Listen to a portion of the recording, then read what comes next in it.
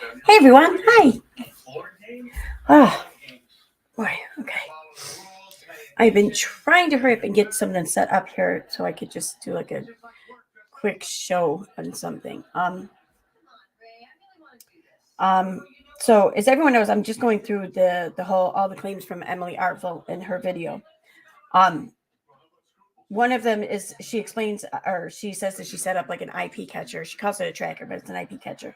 And I wanted to show something about that. So I set one up and I sent myself the link, and then I set up a VPN. So I'm not actually going to be showing my IP address.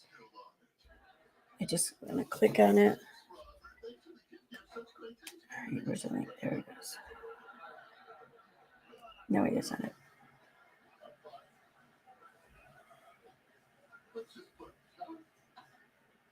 There are certain stories that legitimately just seem too strange to be true.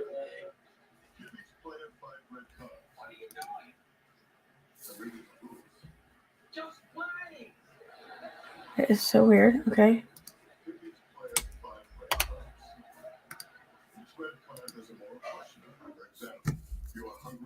All right.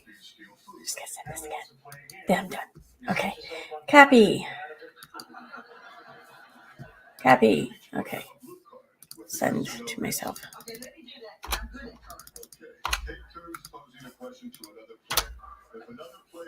All right.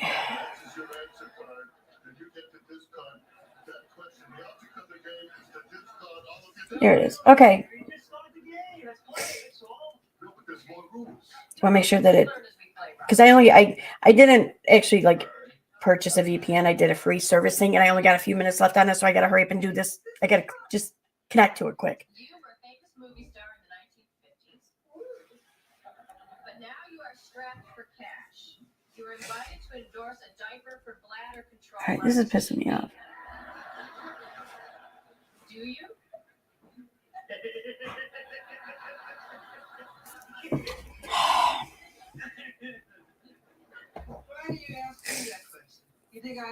Open in Safari. Okay. Yeah, it's so weird. Why did I connect to that? Let me see here. Original UPR. It's the access link. Why is it?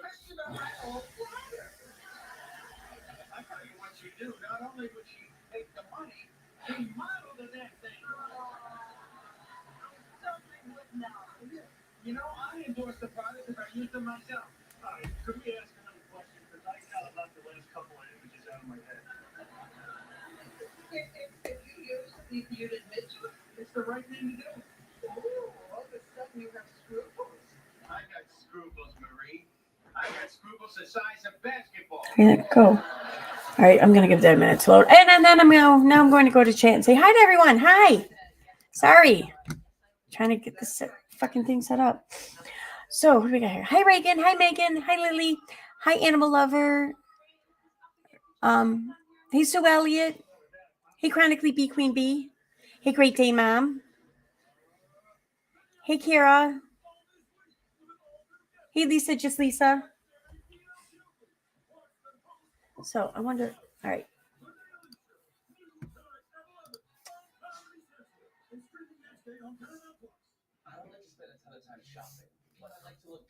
Okay. All right. Cool. Registered. All right. No, I didn't. Why is it going to the old one?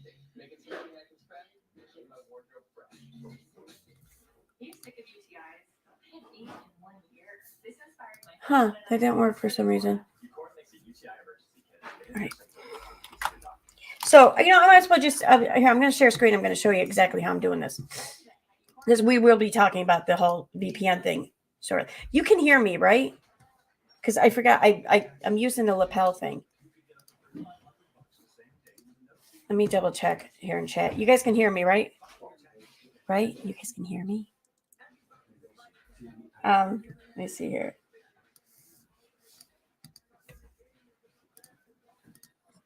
Yeah, you can. All right, I don't sound too bad, I guess. Okay. All right, so yeah, this is Grabify IP Logger. So basically I'm going to create a URL. So I'm going to put one in. I'm just going to do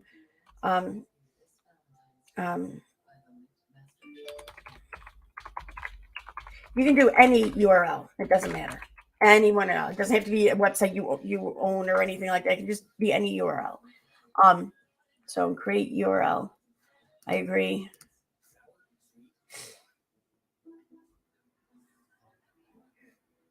So now this is the Grabify link, but what I want to do is though is I want to see what other, like, I don't want it to say Grabify link because people kind of know what that is. So I want to view other link shorteners. So we have here like just a bunch of different ones you can choose from. I'm going to go with this one because it just kind of looks like the most like Google, I think. So, Google has closed down all Google links. Okay, dick. Short URL. All right, so close. Why didn't that one take?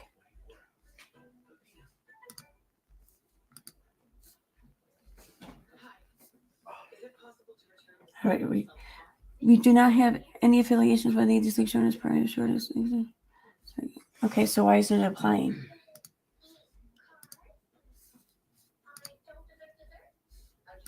Okay, let's try this one. Profile pics. Okay. I'm just going to pick whatever one it comes up. Doesn't really matter.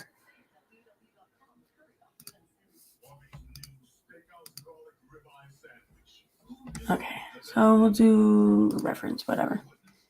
All right. Do I hit reset? I forget. Oh, copy.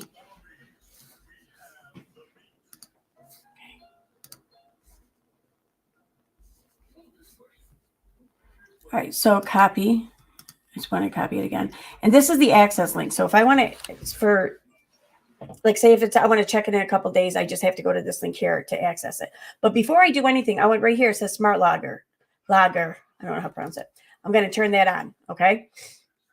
Now, what I'm doing is I'm going and sending it to myself. Send it through email. Or no, I'll do Messenger. Although Messenger's what gave me a hard time last time. So that's how easy it is to set up an IP logger. But the trick is setting it up's the easy part. You got to get someone to click on it, and you wanted to make sure that the person you want to click on it is the only person who clicks on it. That's the hard part. So like if you're trying to figure out who has sock accounts, first of all, you should know the IP address of the person you believe is behind the sock account. So like say for example, like a lot of us suspect Katie has sock accounts. Okay. To begin with, I would need to know her actual IP address. Okay. So then if there's a specific account that I think she might be behind, I have to try and get her to click on my link so I can grab that sock account's IP address as well. And then I can compare the two. But I don't want anyone else to click on the link, you know? And if you suspect one person is behind several sock accounts, well, then you have to trick them several times and only them. Okay. That's when things get really hard. It's really hard to through this method anyways, to definitively connect people to sock accounts this way. It's just really hard. So, all right. No. Facebook. All right. There it is. Messenger.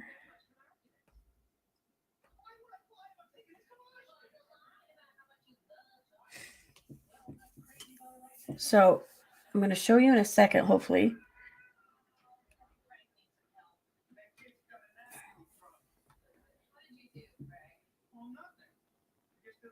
There we go. Okay, awesome. So now I clicked on the link. I sent the link to myself in Messenger, and I clicked on it.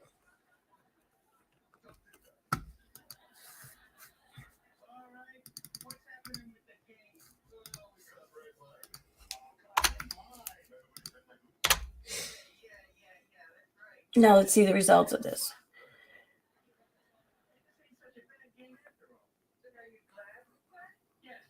Okay, so here we go. Why did it only count? Oh my God. That's a lot of times. I only clicked on it once. So here we have, this is the information. So this is showing, I think it might be showing bot accounts, hide bots. That's weird.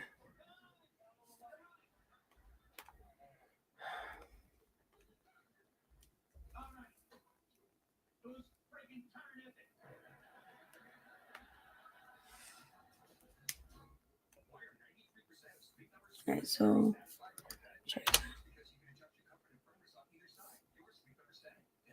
All right, whatever. We'll go with one of these. So you, once this happens, you click more info, and it's going to pull up stuff. It gives you more than just an IP address. Okay, it does. That's the IP address it's given me, but I'm using a VPN. So, but it has me logging this. I'm using a server out of Toronto, Canada.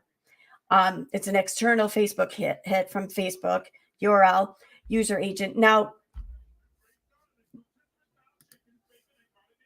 if it wasn't registering as a bot account, though, it would be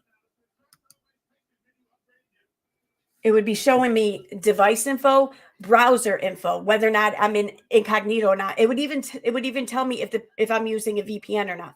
It would show me the operating system. It would show me screen dimensions. Okay, it gives you a lot more information than just IP address. Okay, and I wanted to establish this. I wanted to just explain this. You know, it might be because of that. Do this. Copy. Try Chrome. Because Apple, their shit sucks. Okay. That's so weird. Why does it keep coming up as Grabify link? I don't know. I don't get it.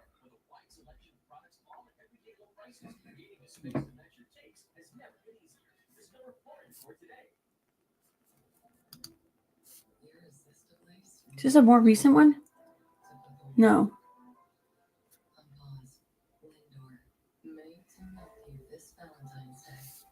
That is weird. I want to know why the fuck it's not coming up the way it should.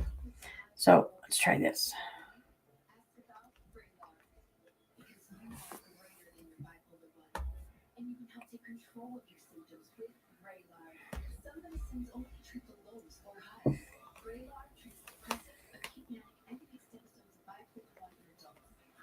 Okay, turn this on.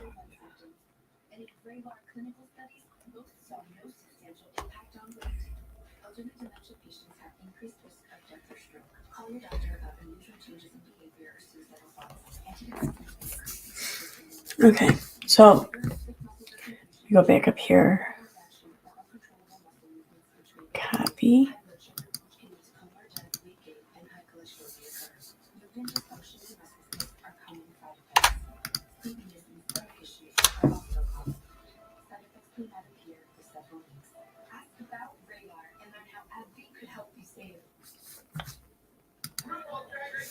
That's weird. I mean, it's been a while since I used Grabify. Maybe the shit doesn't work anymore. I don't know. Anyway. But yeah, it's not letting me connect to my website. I use my website as in the URL. That's why. So, let me refresh this one more time.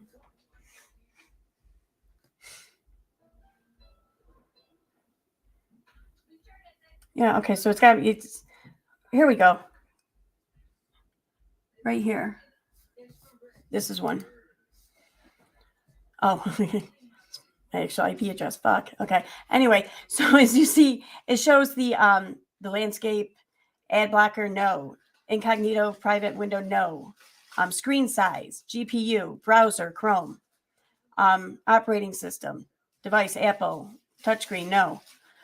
User agent, platform, referring URL, no reference host name. See, it shows a lot of things. It gives you a lot more than just IP address. And that's what I wanted to show because we'll get to that. Anyway, let me get started here.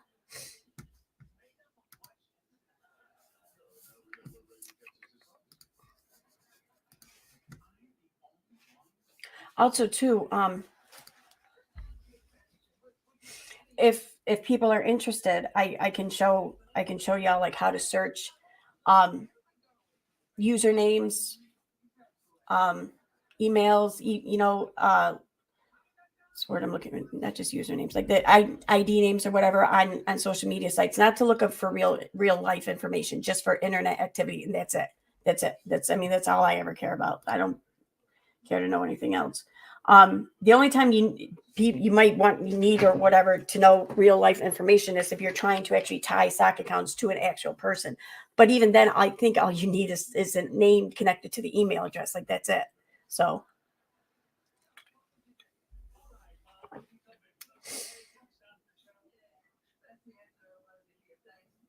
Okay. Y'all. You all. Huh? You know where you're from? All right, Michael. Shut up.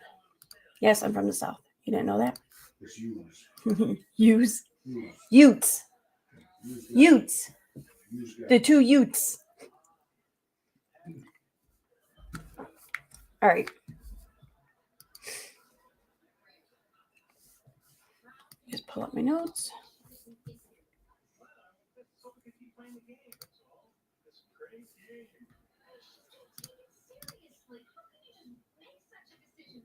Oh, and I need earbuds. That's right. Okay.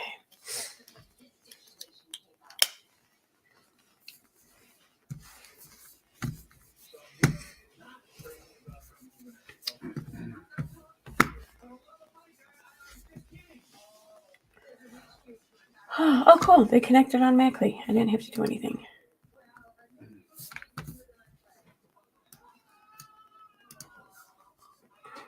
Okay. So we're going to pick up where I left off, which is about halfway through.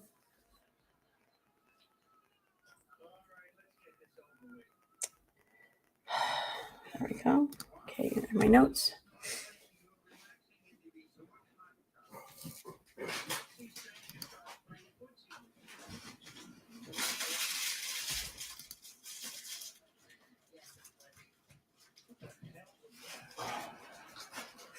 And my earbuds. Okay.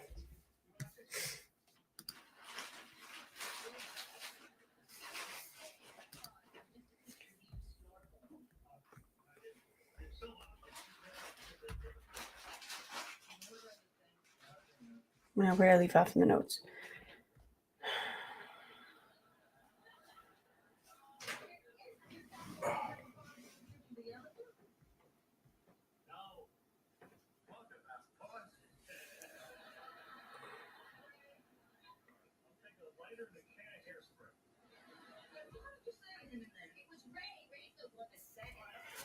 Okay, it's taking forever. I'm just going to pull it up on this because I'm starting to get mad. All right, here we go.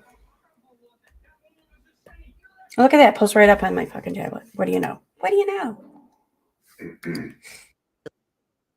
Buying subs, I was very suspicious that my stalker up until that point had been Andrew. So I laid out a trap where I sent one of these profiles a link pretending to be another like separate hater of mine.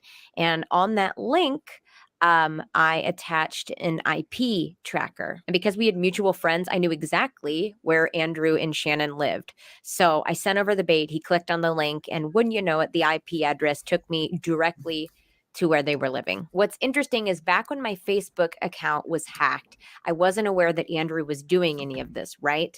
But Facebook had sent me an email basically saying, here is where the unknown login came from. The IP address pointed to the city where Andrew was from and where he resided in at the time. And I didn't think anything of it because it was. And this is another thing, San Jose, California. I mean, isn't that where they're from?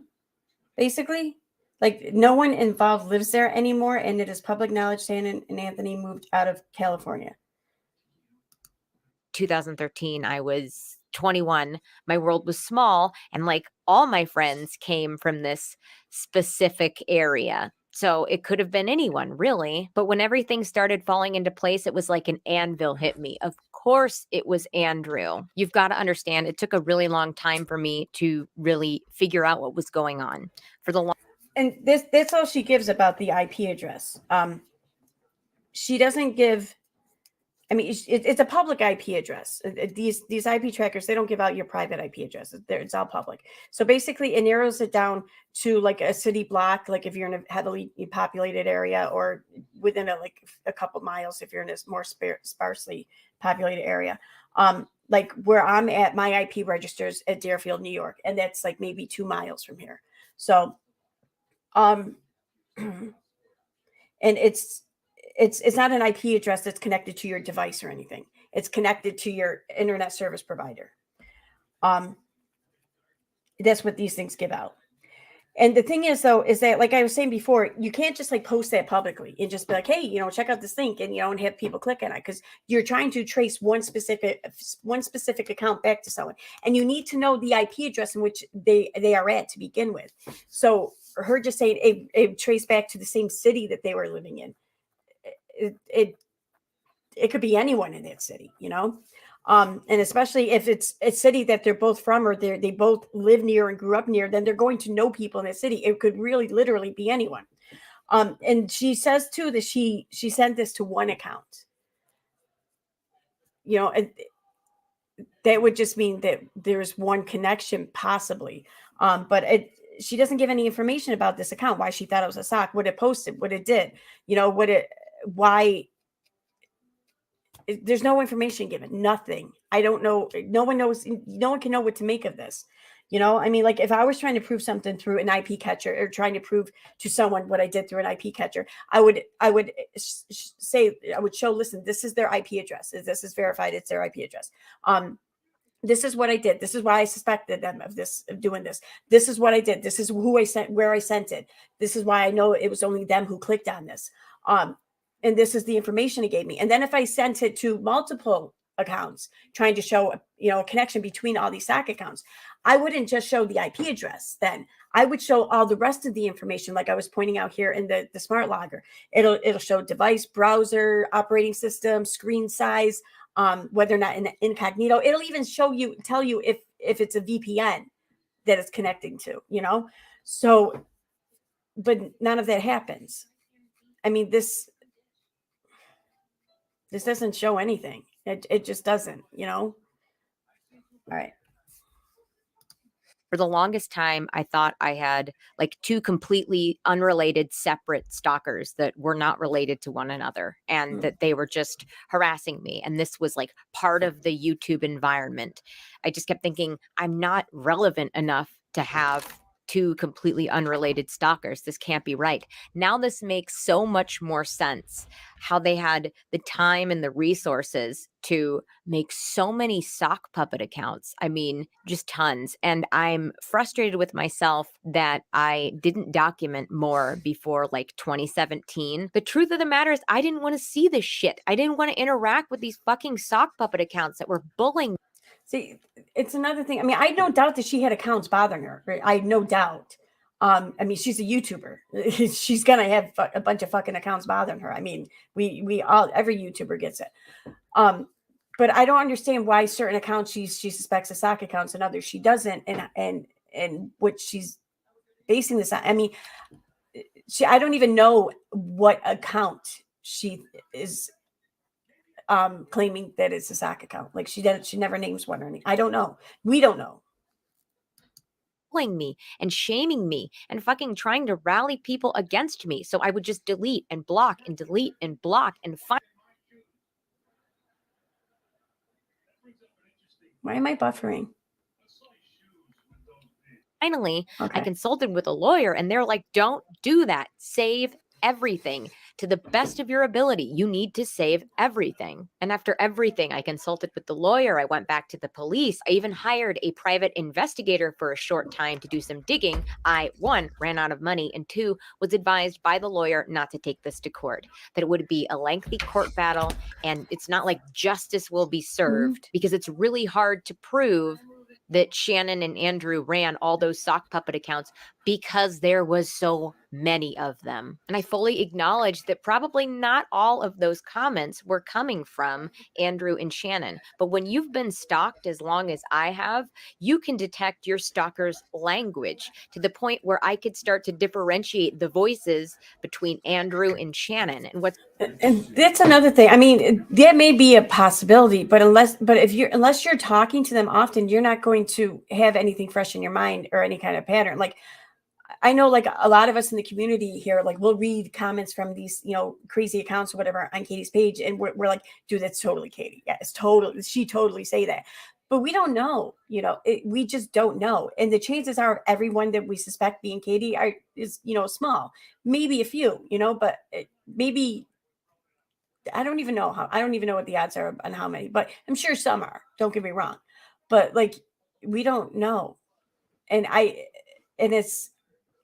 this is one of those times where I hear her talking and I feel like she's been just thinking about this so much, and I don't blame her. I'm not faulting her, but it's just been on her mind so much that it's all that's on her mind, you know, like, what's the saying? Like, if you're a hammer, then everything you see is a nail or something like that. I think it's something like that. And what's really interesting is it was definitely Andrew in the beginning. Like, I really think Andrew just roped Shannon into this mean girl obsession with me. And Shannon kind of became the mastermind over time. I could see the transition from Andrew into Shannon. Now, whereas Andrew was more kind of threatening and domineering, not that Shannon wasn't, not that Shannon didn't love to make vague threats against me. Shannon was more catty and mean girl. That all changed when the Rewired Soul drama happened. And in case you guys didn't know, there used to be this channel, I don't know if he's still around, called the Rewired Soul. And in the beginning, he was making videos just talking about mental health, and he was in recovery like I was, and he made some pretty good videos at first. I befriended him. Then he started talking about other people's mental health without their consent, and it just all went downhill. And when I tried to hold him accountable and be like, dude, like, this isn't okay, he blamed everybody else but himself. It was just an entire mess, and I definitely regret befriending. Whoops, I forgot to mention that he and Shannon famously did not get along after his channel started to become problematic. Him. But since I had publicly, I think I just tweeted at him a few times, so people were aware that him and I had talked. During that whole debacle, I got a DM on Twitter from someone named Dat Boy, and they say, "Uh-oh, dear, looks like you're friends with a fraud. Do you want to be hurt in the worst possible way? Somebody is a bad mommy. Maybe we let everyone know how bad of a mommy you are. Keep telling people you're sober, girl. Maybe if you say it enough, people will believe it. Have fun endorsing your fraud, druggy bitch. Have fun faking your sobriety for your mindless followers. They believe you, but no one else does, my dear. You bad mommy. I've got receipts, druggy bitch," with a winky face. Hey guys, future Emily here again. I know you're probably thinking, how do you know all these comments and DMs and things are coming from Shannon and Anthony? How do you know they're not just regular hate comments? The part of the art community that I belong to, you know, with Monique and Bailey and Hello Alice and Doodle Date, Super Ray Dizzle, Casey Golden, Ace of Clay, I could go on and on. That part of the art community, I feel, is a generally really positive one. It doesn't mean we don't have our fair share of drama sometimes. It doesn't mean that we don't have hate comments. They just look different from, say, the gaming community or even the art commentary community. Let me put it this way. When Shannon was preoccupied with something else, probably traumatizing another creator, it was very easy to tell because I would get far few comments wanting me to go check out Creepshow Art because she's copying me. I get far few comments telling me, hey, look, I've got all your videos archived. I'd get far few comments being like, you're a neglectful mother, or you're trying to shove your kids down our throats. I'd get far few comments that start with, does anyone else hate when Emily does blank? Because these comments always came in clusters, and the accounts that they came from were usually pretty barren. Maybe they'd have a couple playlists here and there. Extra point that account came into existence within a month of commenting. Not only that, but I'm sure you've already been. I don't know. I feel like when she's, by her saying when Shannon would hit something else going on, then I would get less comments. It's like, I feel like her mind is awfully focused on Shannon. Again, like when you're a hammer, all you see is a nail. I feel like since she's so focused on Shannon, that I think she's just seeing Shannon more than Shannon is being revealed or shown, I guess, maybe.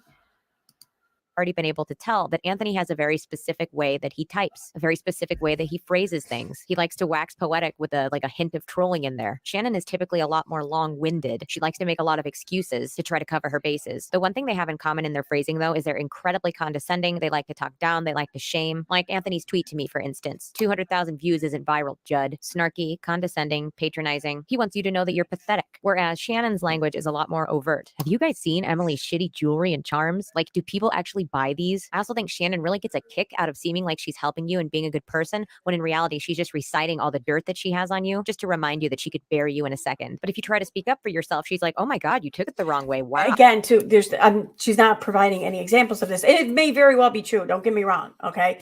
I'm not even saying that, but I mean, how's anyone supposed to see what she's seeing if she doesn't show what she's seeing, you know?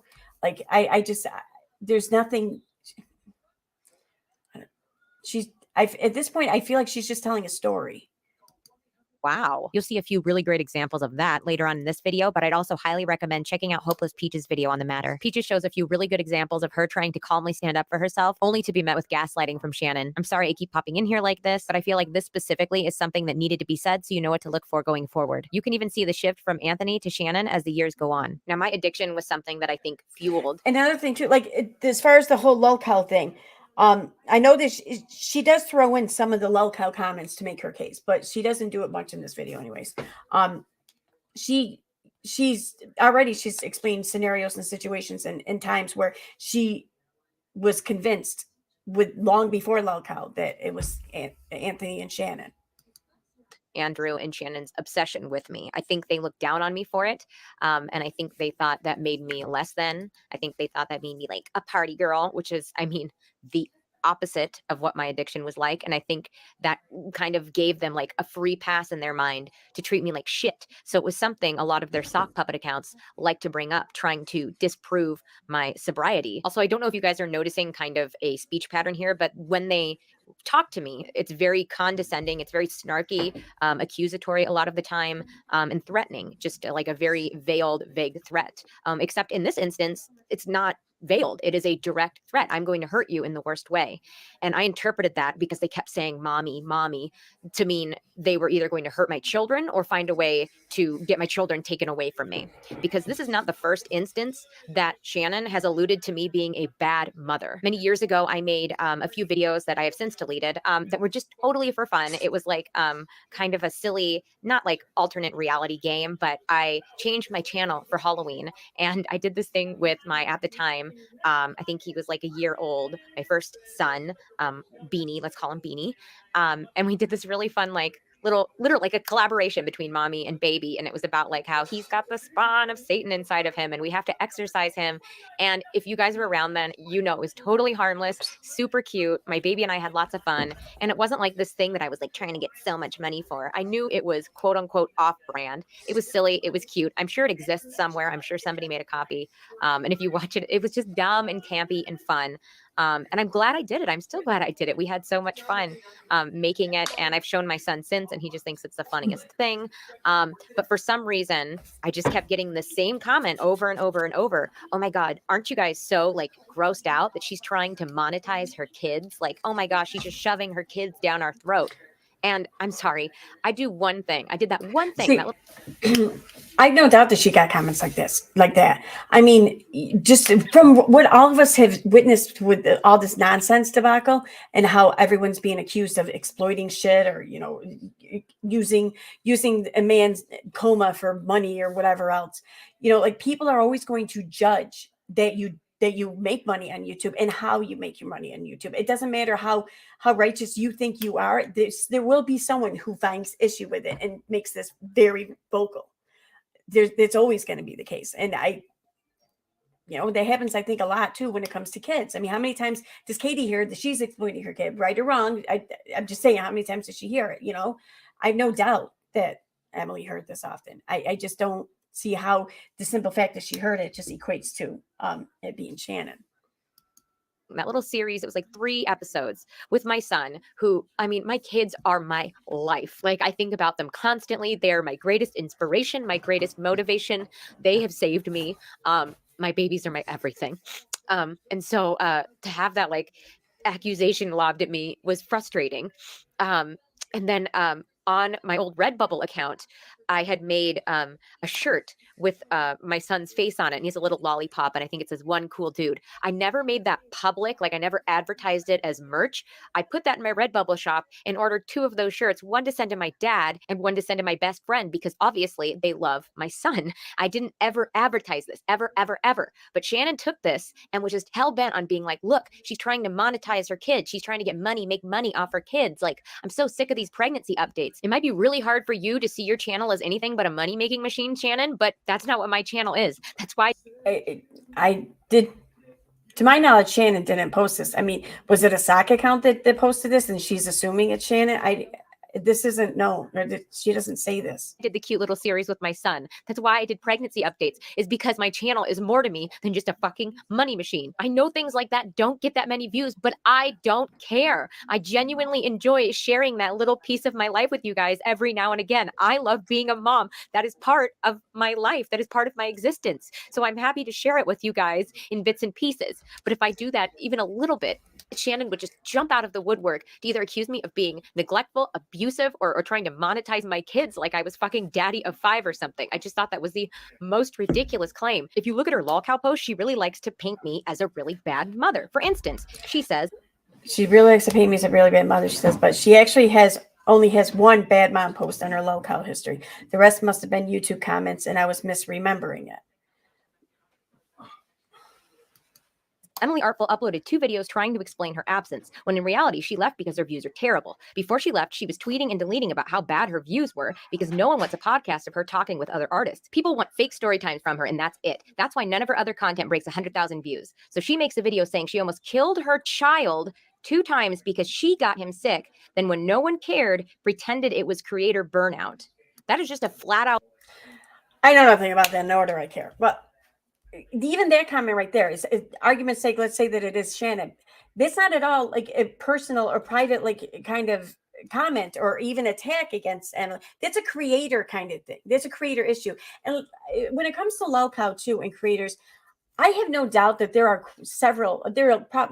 probably a ton of creators on there, both as themselves and trying to drum up like publicity or just interest or people's attention or whatever by talking shit about themselves or other creators, or like, I no doubt that there's a lot of drama that's being created in sites like lolcow, and not even just lolcow. Like, I swear, like, there's this one gossip site, Gossip Guru or something like that. I swear that there's one account on there from throughout the whole Toddy Westbrook lawsuit that was Katie, that was trying to just like take advantage of the situation, and like all of Katie's Toddy videos were uploaded to the site and uploaded to a secret YouTube channel and shit. Like, I think that there are a lot of creators who do shit like that, and that's kind of how they get their name out there a little further.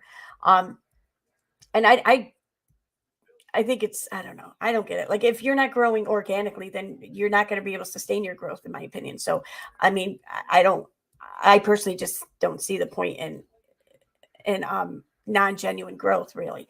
So, but I may be an idiot there, I don't know, but I have no doubt that there are a lot of creators that do this. So I don't doubt that it's possible that Creepshow Art was on the website and was posting shit. Now, of course, I don't think that that's how she was doing, if these were in fact her comments and shit, like, because she took shit way too far and she was talking shit about her friends and stuff like that. Like, I don't see the point in all that. But when it came to Emily, though, if it's the one comment about being a bad mom or some shit, and it was a comment in regard to her as a creator, not her as like someone's ex, if that, you know what I mean?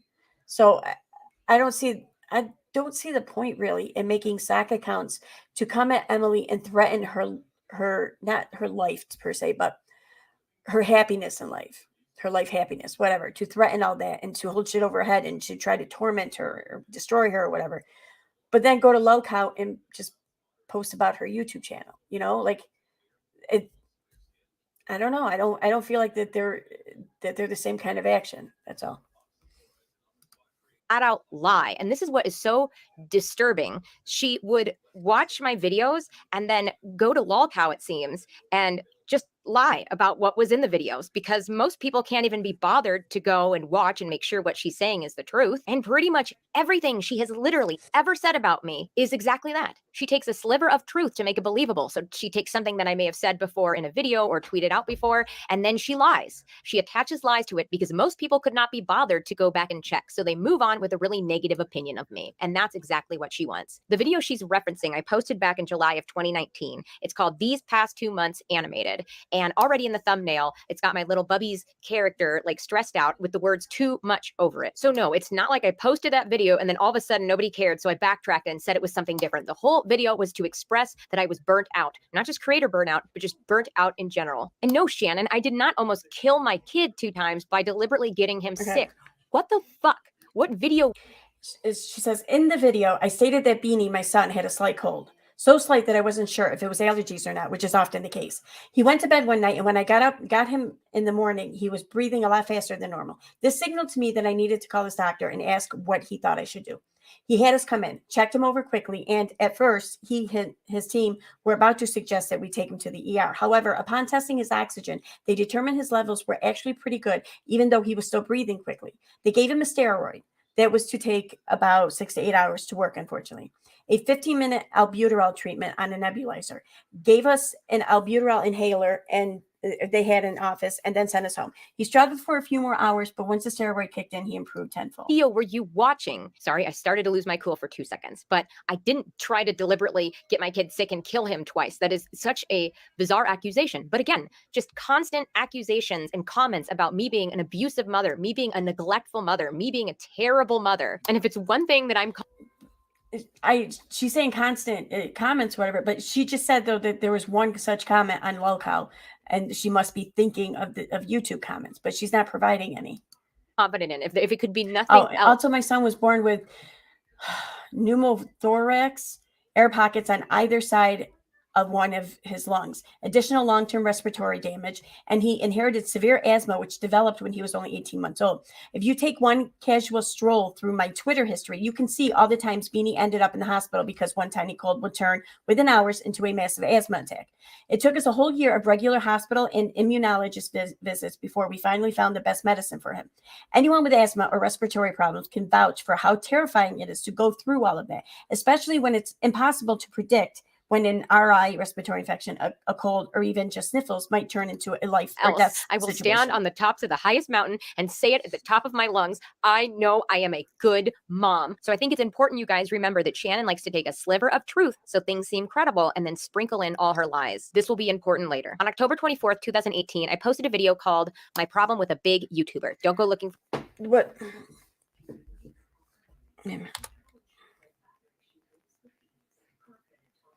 Okay, so she says here, if you take one casual stroll through my Twitter history, you can see all the times. I don't know if she's talking to. Oh, I'm sorry, I'm hitting the microphone. I forgot I had it on. I don't know if she's talking to like the people, the viewers or whatever. If she's talking to Shannon, I don't know. Like, should Shannon have gone through her Twitter feed? I don't know. Later. On October 24th, 2018, I posted a video called My Problem with a Big YouTuber. Don't go looking for it. It's private. It caused way too much trouble. And for people waiting on bated breath, no, that video was not about Shannon. I have never posted a video about Shannon or Andrew. I've been way too terrified to poke the bear. But yeah, I ended up privating the video because over time it caused a lot of turmoil, especially for my friends and colleagues who were completely innocent, especially Kat Vok. I love Kat Vok. She's talented, intelligent. She makes great videos. Go check her out. But for some reason, people were targeting her specifically. Now, there were a few legitimate, real little YouTube accounts commenting and being like, hey, is this Creepshow Art? But I would say 50% of the people saying Creepshow Art were definitely sock puppets. She had the audacity to even use Lily Singh as a handle, which I thought was weird. And she'd comment stuff like Creepshow Art, more like crap show art. Am I right? But anyway, of course, Shannon had to react to her sock puppet account. Am I missing something there? Is there something about that username that screams that it had to have been Shannon that said that? I mean, everyone thought, according to Emily here, most people, a lot of people thought upon watching her video there that she was talking about Shannon. So to have people in the comment section talking about Shannon, I don't think is unexpected. So is there something with that username I'm missing? I don't understand.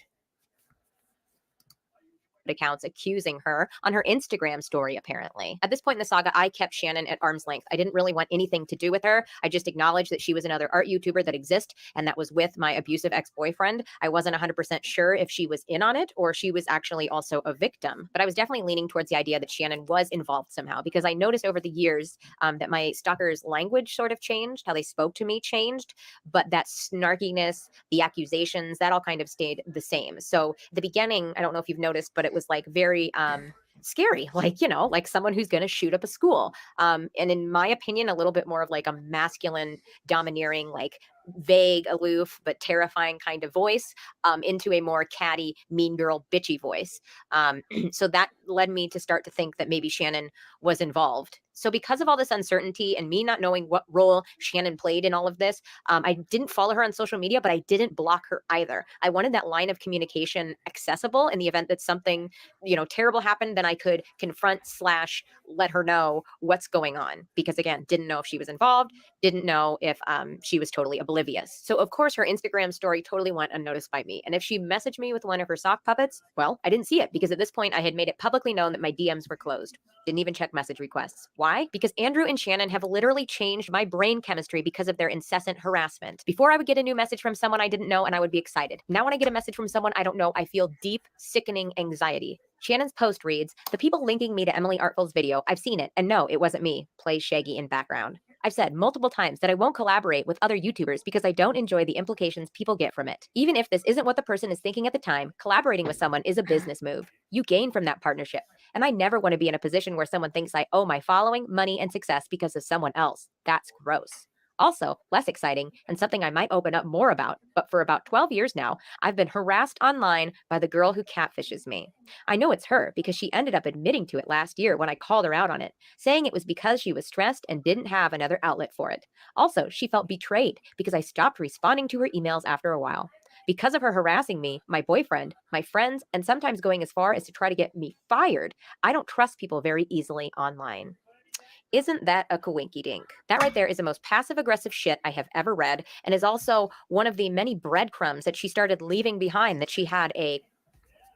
I don't know if any of that's true or whatever, but I mean, at the time when Emily was hearing this was before the lolcow shit, before and all that. I mean, I don't understand why it's possible for Emily to have experienced all this, but it's not possible for Shannon to have experienced this, especially since they do have pasts in common. They have a person in common.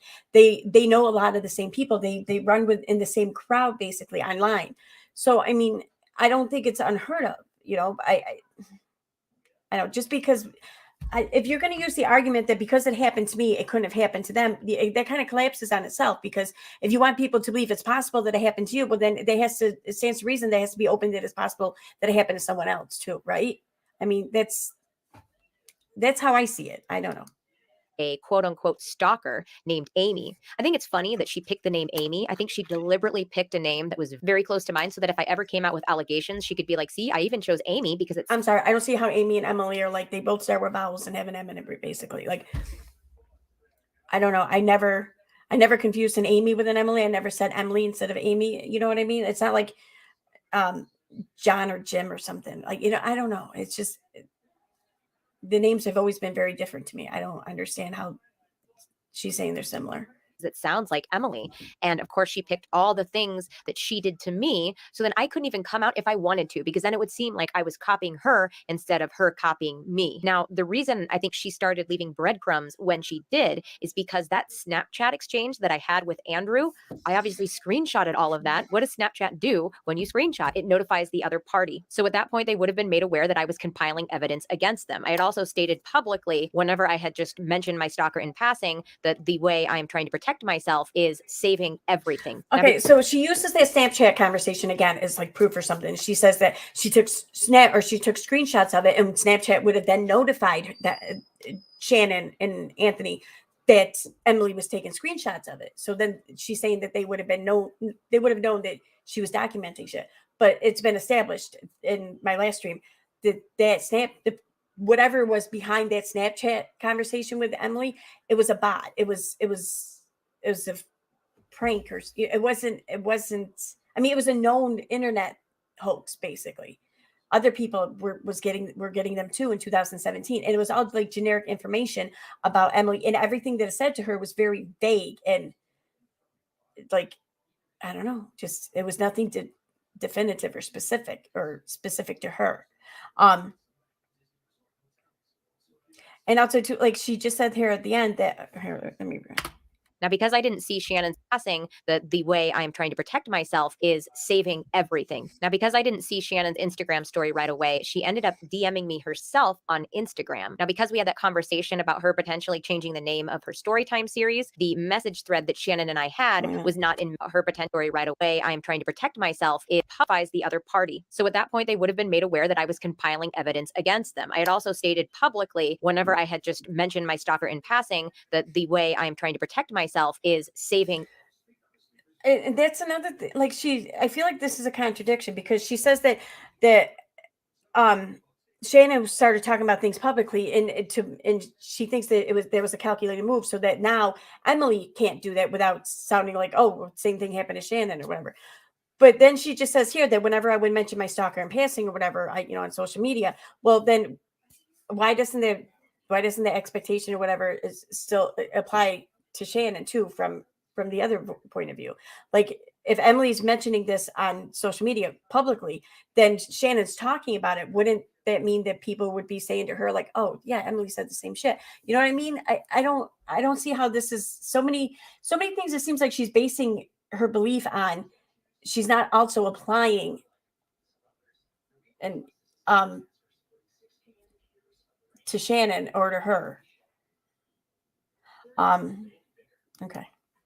Everything. Now, because I didn't see Shannon's Instagram story right away, she ended up DMing me herself on Instagram. Now, because we had that conversation about her potentially changing the name of her Storytime series, the message thread that Shannon and I had was not in message requests. Therefore, I was notified about it. Shannon says, "Gah, I'm sorry. I went on a rant from your video. For some reason, people are trying to insert me into it, which I get because I am kind of a bitch. There's a fucking girl on here /YouTube and now Twitter who is just fucking relentless with this shit. And it's just goddamn annoying at this point. So I was just putting my 2 cents out there. Nothing but respect for you and your video. You're fucking dope as hell. And I'd never try to step on your toes." Really, Shannon? Also, props to you for not saying the name. That's a fucking classy move, my dude. You're 100% more mature than I am. That's another thing. I notice a lot of the like comments. If you guys can find like YouTube comments that are really like shitty and bitchy and have the word my guy or my dude, like that is Shannon. That is absolutely 100% Shannon. I think she realized that was like outing her over time. So she even left a comment at one point on one of my videos referencing me saying my dude, because I've said it maybe once or twice ever.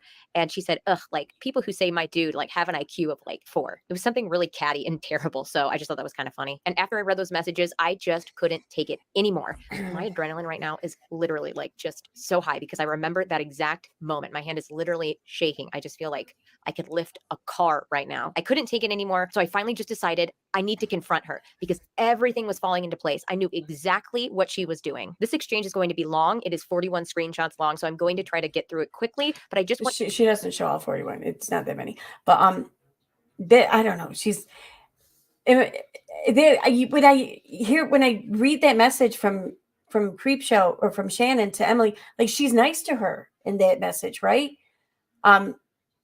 She said you're dope as fuck and it's so classy of you to not out the name and everything, and she apologizes to her. And then Emily's just like, I read this and that was it. I've had it. Like, am I missing something here?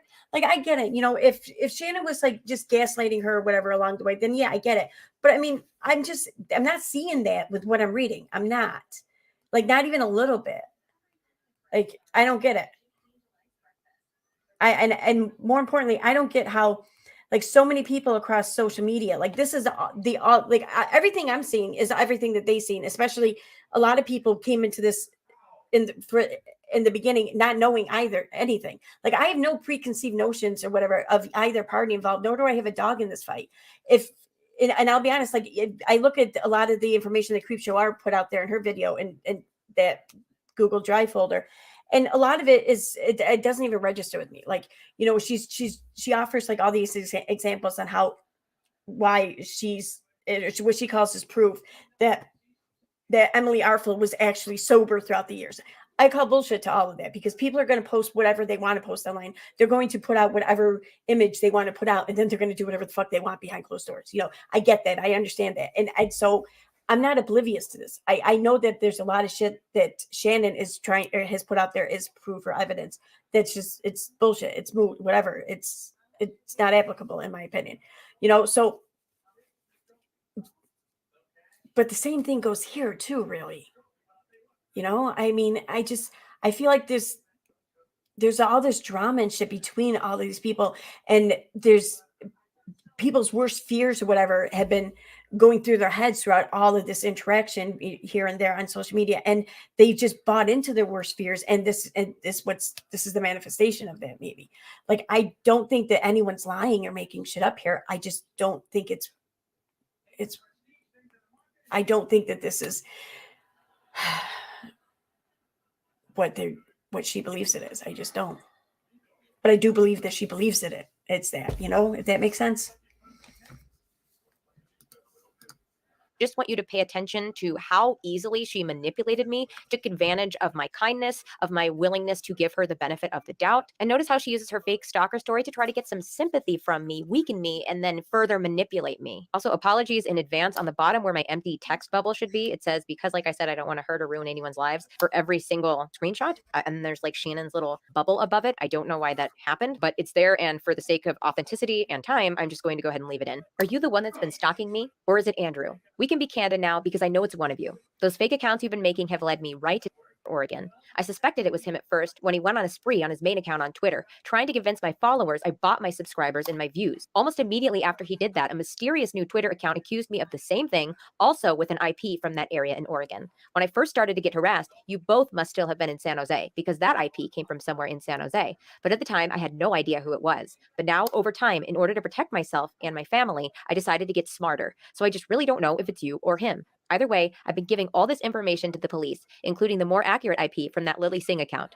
All I ask is to be left alone by you and your boyfriend. It's been 8 years. I also forgot to mention that I baited that Lily Singh account into clicking a link with an IP tracker that led me straight to their new location because they had since moved. Now, interestingly enough, one of the IPs that I had tracked to where they had lived before was from a library. Come to find out that when Shannon and Andrew were living in their car, they had used a library for their internet access, which I now know from watching some of Shannon's older videos. Because when you live in a car, you don't have that's right. very basic things.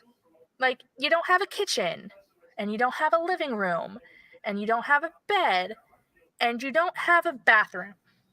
So you have to kind of find ways to make up for those things.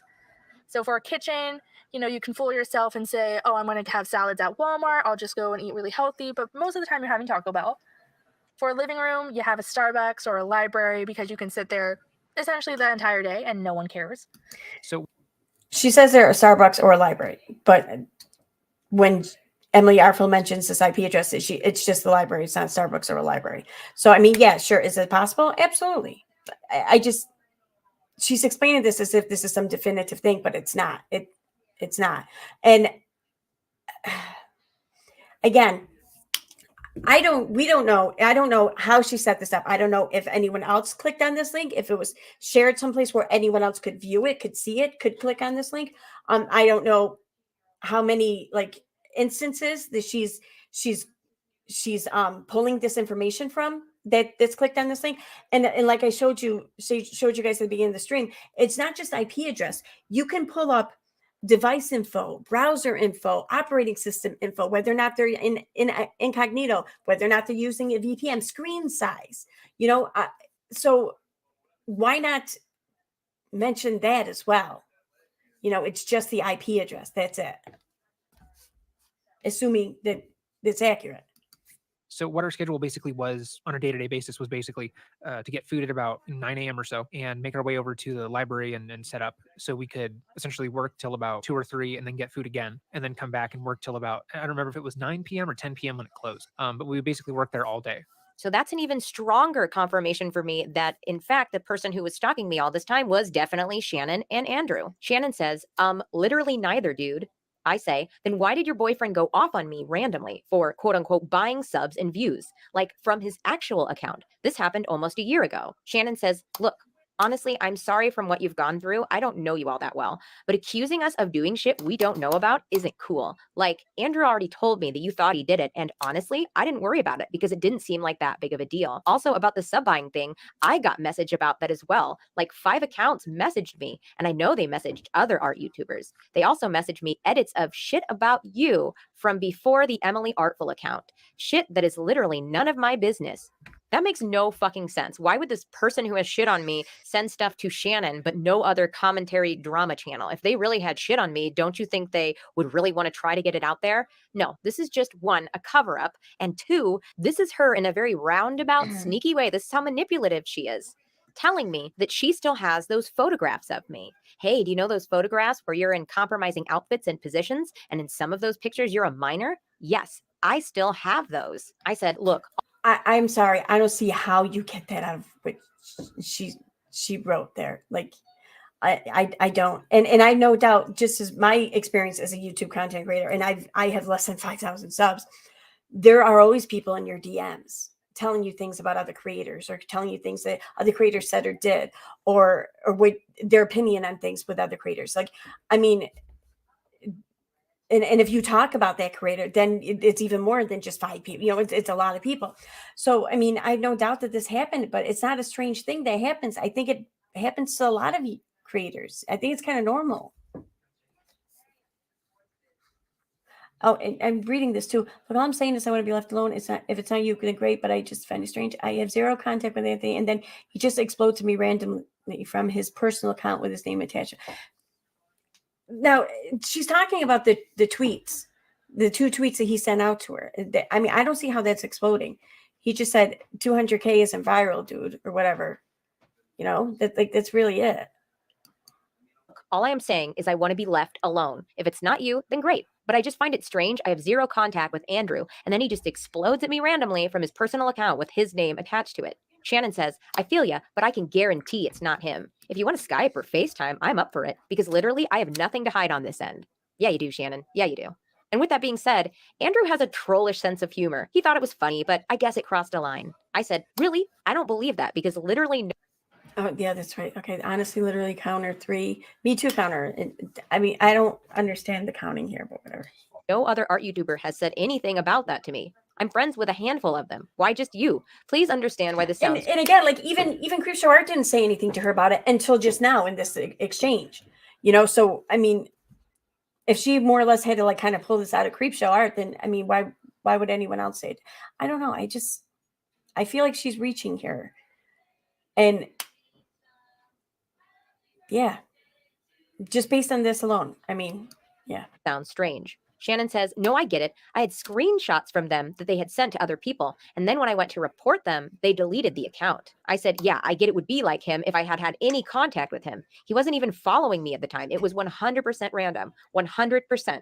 It was very confusing to me. I want you guys to remember what she says here. Shannon says their name was also like Filter. They also had like a sob story about how you wronged them once upon a time. Again, none of this was my business. And Andrew told me about how you were harassed back in the day. So I just thought it was another one of those anime fanboys who wanted attention. Again, he thought it was funny. They had sent him shit, and we don't have the time to mess with you. Honest to God. We've been homeless on and off, working shitty jobs and working on our art a lot. Like, we don't have time to obsess over you and your really cute family. I want to say no offense, but like, that's not offensive. Shannon continues, I get where you're coming from with the accusation. I've been harassed by a girl who catfished me for about 12 years now. I find that really interesting because 4 months after this, she made her I was stalked, for 8+ years story time. I know exactly how long I have been stalked by you, Shannon. I think it's weird that you put 8+ in your title when you tell me 12 years. Why wouldn't you just say, I have been stalked for 12 years in your title? I don't know. I just thought that inconsistency was interesting. Shannon continues, to the point where she tried to convince my mom I was a cam girl and photoshopped nudes of me. See, I find things like this interesting because I was a cam girl for a short period of time. And I also, by Shannon or Andrew, had my nudes sent back to me, photoshopped, like in a mocking way, making fun of my body. Shannon continues, I wouldn't do that to someone else. It doesn't feel great, and it led me to trying to kill myself back in the day. Shannon and Andrew absolutely knew the anguish and the stress and the anxiety that they inflicted upon me from stalking me. And they knew that it drove me to the brink of suicide a number of times. So I can't speak to Shannon's mental health and what she has been through. But when she brought that up, it literally felt like she was taking a burning hot poker and stabbing me in an open wound. Shannon continues, I can't really explain why Andrew is as random as he is, though. That one's a mystery. I think he just thought it would be funny. It wasn't, but he'd never intentionally try to hurt you. He's got a lot of respect for you. Like, you've collaborated with him in his music. You know how important that is to him. He's not the type of person who lets someone in like that and then switches on him, you know? If that makes sense. I feel like it does. I don't know. Like I had mentioned at the beginning of the video, now that I look back and know who was harassing me, it makes me feel sick to my stomach that I collaborated with Andrew on his music video and on his music and things like that. I think it gave him some sort of sick pleasure to know that like I could just waltz in his room and work with him professionally, just feel totally comfortable having a nice chat with him after we were done working. And then I go home and he's got this immense control over me. I think he got off on that. I said, I'm going to be fine. Am I like losing my shit here? Like, I don't understand how this signifies he had immense control and he enjoyed it. I don't understand these connections she's making. She doesn't provide anything. I mean, this is okay. Be filing a restraining order. I just have too much evidence to believe otherwise. I will not be pressing any charges because, like I said, I don't want to hurt or ruin anyone's life. And then she says here on the side, I ended up not having to file because my stalker miraculously disappeared after I confronted Shannon. I wonder why. It's a mystery. Well, if her intentions were to file, then why didn't she file? I mean, I feel like some time had to pass in order for her to have established that the stalker miraculously disappeared, right? There had been some time to show the disappearance, the non-existence of this harassment. So why didn't she file before that time? I mean, I don't understand. Lives. I'm just a little afraid now that I'm a mother. I want to protect my children and my family at any cost. The restraining order will prevent Andrew and you by association of IP from contacting me, but that's okay because we don't really need to talk anyway. So if it's not you, you have nothing to worry about because a private investigator will locate the address and the new IP. And if it's not you guys, then the hunt continues. Here's where I start to show a little bit of doubt and weakness, and she just totally pounces on it. I said, look, if I'm wrong, please forgive me. I know I seem crazy, but it's been 8 years of harassment, and I have an obligation not only to myself, but to my children. That's why I've done nothing up until this point. I didn't care that it was just happening to me, but my kids are my whole life. Shannon said, no, I completely understand. I said, I'm sorry. I'm sorry. How was that pouncing on her? How was that pouncing? No, I completely understand. She said right here is where she pounces on me. And then the next thing she says is, no, I completely understand. I'm not seeing this as some confrontational, aggressive, like threatening conversation from Shannon's end. I'm not seeing it like that. Sorry, I know I sound insane if you really have nothing to do with this, but I just have to go with my gut. Again, if it's really not you guys, then that will prove itself. Shannon said, do what you need to do, but it isn't me. It isn't Andrew. That's all I can vouch for. If anything, he's more confused as to why you think it's him when he had you in a video while you were being harassed and he got shit from it, you know? So this is the second time she brings up me working with Andrew while I was being harassed, and she uses it as a way to kind of clear their name. What I find odd is that she remembers those two things were happening simultaneously, because if I'm really just like, yeah, just my boyfriend's ex, like whatever, I don't think that would be something that would be in the forefront of her memory. I just think it's weird that she... Think about this. This Emily has already accused Anthony, and I think it's Twitter, in the Twitter DMs. She's already accused Anthony. And now here she is accusing Shannon. So why wouldn't either of them or both of them try to make sense of it all? You know, and if it's not them, why wouldn't they then try to make an association, you know, trying to show, listen, it's not us, you know? And then she even says that, listen, you know, he had you in the video and he remembers the harassment shit you got for him. And he caused them too. Why would he then turn around and do it? Like, that's basically what she's saying, you know? And I don't think that this is a weird or strange reaction for anyone, right? I mean, this can't just be me. That she was able to recall it so easily and use it as a way to like clear their name. And also this kind of just confirms that Andrew got sick pleasure, or both of them got sick pleasure from me coming over and working with him while they secretly harassed me online, because she remembers it so readily. Just some food for thought. Wait, when did they do the video? When did she do the video? Wasn't it like 2013 or something like that? Like when did Creepshow Art and Anthony hook up? Why would they be getting, how would they be getting sick pleasure from this or whatever if they weren't together yet? You know what I mean? I mean, I now this could be part of the timeline that I just don't have down, that I'm unable to really make sense of because it's not being established or whatever. Maybe somebody else knows the timeline and can correct me on this, and I'm more than open for that correction. You know, one way or the other. Like, I want to know. For thought. Shannon says, and I feel ya. I really do. I get where you're coming from on this, but no one here has the time to mess with you. I said, yeah, I promise you there are things that don't make sense to me either. There are several things that make me think it's not Andrew, but there are just a lot of uncanny coincidences. And it may just be that, coincidences. But this is the route I've decided to take. And the truth is, even though I'm mostly convinced, I still respect his intelligence, his art, your intelligence, your art, your lives. I don't want to get in anyone's way. I just want to make stupid art videos for my internet friends. I want to live in peace. I can take the hate, but I can't take the fear of losing my job and not being able to support my kids or losing my kids. Shannon said, honestly, there's no way for me to prove it's not me, but it'll sort itself out. No, I completely understand that point. You have a family. As someone who's sensitive issues, that's a huge deal for me. I would never try to hurt someone like that. But there is no way you can actually know that for sure, because you don't know me.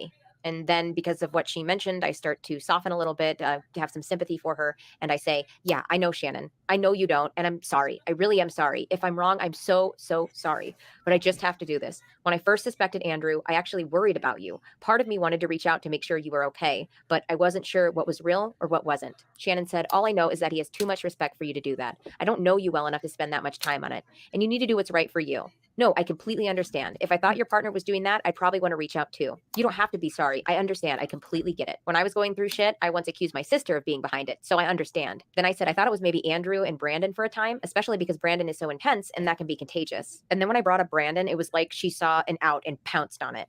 Shannon said, I think it's Brandon. Last year, Brandon tried to get me fired because Andrew essentially chose me over him. Also, he tried to have an art YouTube and it hasn't been going well. We all moved to locations. I'm pretty sure that Brandon is the same person that Emily Artful in the beginning of this video claimed had threatened her, broken up with her on behalf of Andrew or Anthony. I'm calling him Andrew. Had broken up with her on behalf of Anthony and threatened to curb stomp her. So, I mean, I'm positive that these are two of the same people. But so I'm wondering, like, why is it that in the beginning when she said these things, like that's his demeanor, but now, it's not his demeanor because Shannon's saying something. Together, lived in cars together, and he essentially tried to drive Andrew and I apart. I wouldn't be surprised if it was him. I asked, where does Brandon live now? Shannon said, mainly because he's tried shit with me before and Andrew had to step in. I don't know, somewhere in location still, but I don't talk to him or look at his shit. I had to block him because he started messaging my followers, telling them I was a cunt and shit. Sounds really familiar. Shannon continues. He directly tried to sabotage my channel a couple. Were her followers being messaged or whatever? I mean, I don't. Shannon said that he was messaging my followers, telling them I'm a cunt and shit. But I don't recall. I don't know. Of times. Sounds really familiar. I said, could he possibly live in location? I know that's where you guys were originally headed. Shannon says, I think so, yeah. I don't know for sure, but it's a couple hours away. I said, his last name was spelled last name, right? Shannon said, yes. Oh, apparently he lives in location. I just asked Andrew. Neither of us has talked to him for a year or so. I said, okay, I'll give that information to the PI.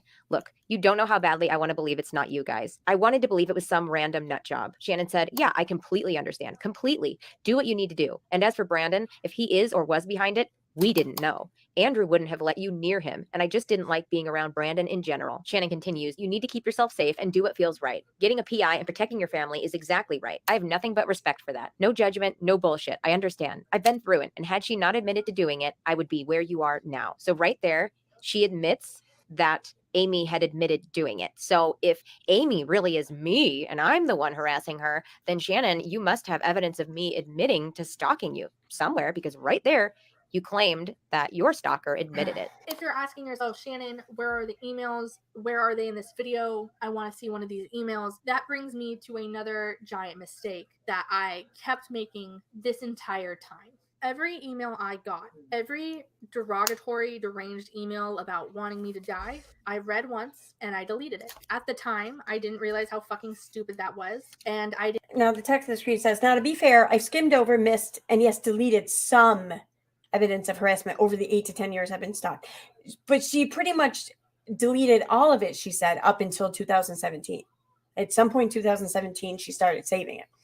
But now it's being explained as I've skimmed over, missed, and yes, deleted some evidence of harassment. What? I I feel like a lot of this is just, it's emotional words to win over the audience's emotion, but there's very little reason behind it. I feel like I'm not seeing any reason. So she goes on to say, but clearly I've been able to hold on to a lot of other receipts. I'm not saying that I'm not saying that is the norm. I'm just surprised that Shannon doesn't have any receipts, yet she's confidently claiming that Amy is behind her lolcow leak. I didn't. That's not what she said here, so I don't know what that's about. Also, in terms of some of my missing evidence, I know there are tons of YouTube comments sprinkled throughout my channel. I just don't have the time to sort through all of this specific evidence, but I know for a fact that it exists. So are the people supposed to go through it? I mean, I didn't think what was happening was a crime or like important. I very much downplayed what was happening because it was happening to me. It wasn't illegal or fucked up because it was happening to me. I thought it was embarrassing, and I thought if people knew about it, it would be embarrassing for me. I'd be like a bitch on the internet who can't take a joke, and I didn't want people to know I had all these faults that were so alarmingly accurate being pointed out in email.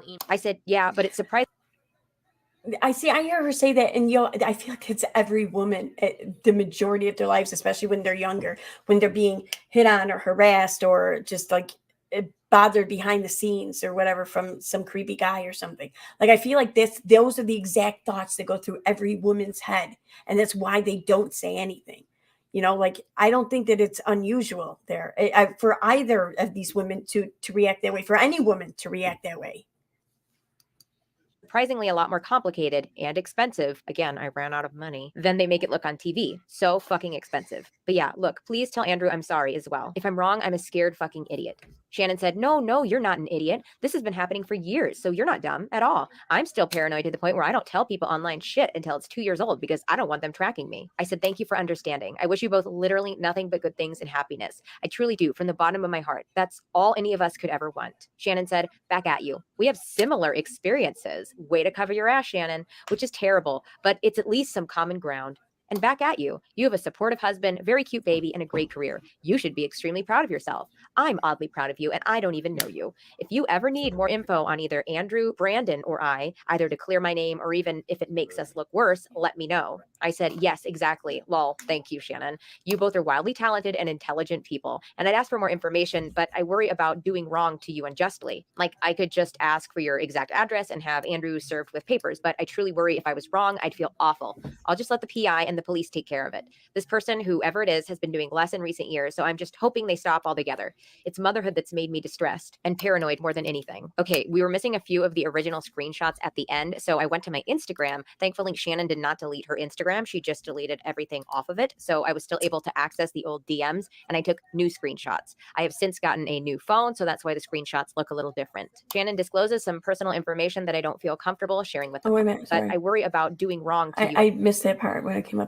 There's the attend and befriend survival technique again. I was trying to play nice so that hopefully Shannon would let her guard down a bit and give me something I could use as a life raft. Basically, any information I could use to more easily file a restraining order in the event they start to ramp up harassment again. Like, what's the timestamp on that? 1:41. Okay. So, all right, yeah. But yeah, so then while she's basically saying that while she was having this exchange with Shannon, she was pretty much convinced that it was them, and she's looking and searching and trying to behave in a way and manipulate Shannon into mistakenly giving up some information for Emily to go off of a life raft, if you will. You know, like, okay.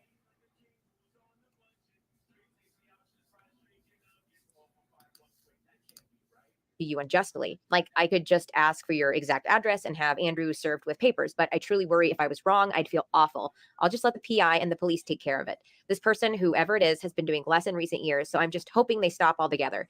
It's motherhood that's made me distressed and paranoid more than anything. Okay, we were missing a few of the original screenshots at the end, so I went to my Instagram. Thankfully, Shannon did not delete her Instagram. She just deleted everything off of it, so I was still able to access the old DMs, and I took new screenshots. I have since gotten a new phone, so that's why the screenshots screenshots look a little different. Shannon discloses some personal information that I don't feel comfortable sharing with the public. And she says, I'm not uber public with that because I hate the idea of people pitting me, and I'm also super private with it. And then some other private information that alluded to the previous private information, more private information. And then she asked, and sever with payers, what does that mean? And I said, no, I won't tell a soul, I promise. Then Shannon said, you're the only one who knows other than Annie. I don't know who that is. I said, oh, my bad, papers. When a restraining order is set, one is served with papers, either their place of work, home, a place they frequent, or in this case, where the IP is coming from. Shannon said, oh, okay. So in these messages, like Shannon's going out of her way to provide information. Now, sure, one could sit there and say that she's doing this because she's trying to, push the blame or whatever.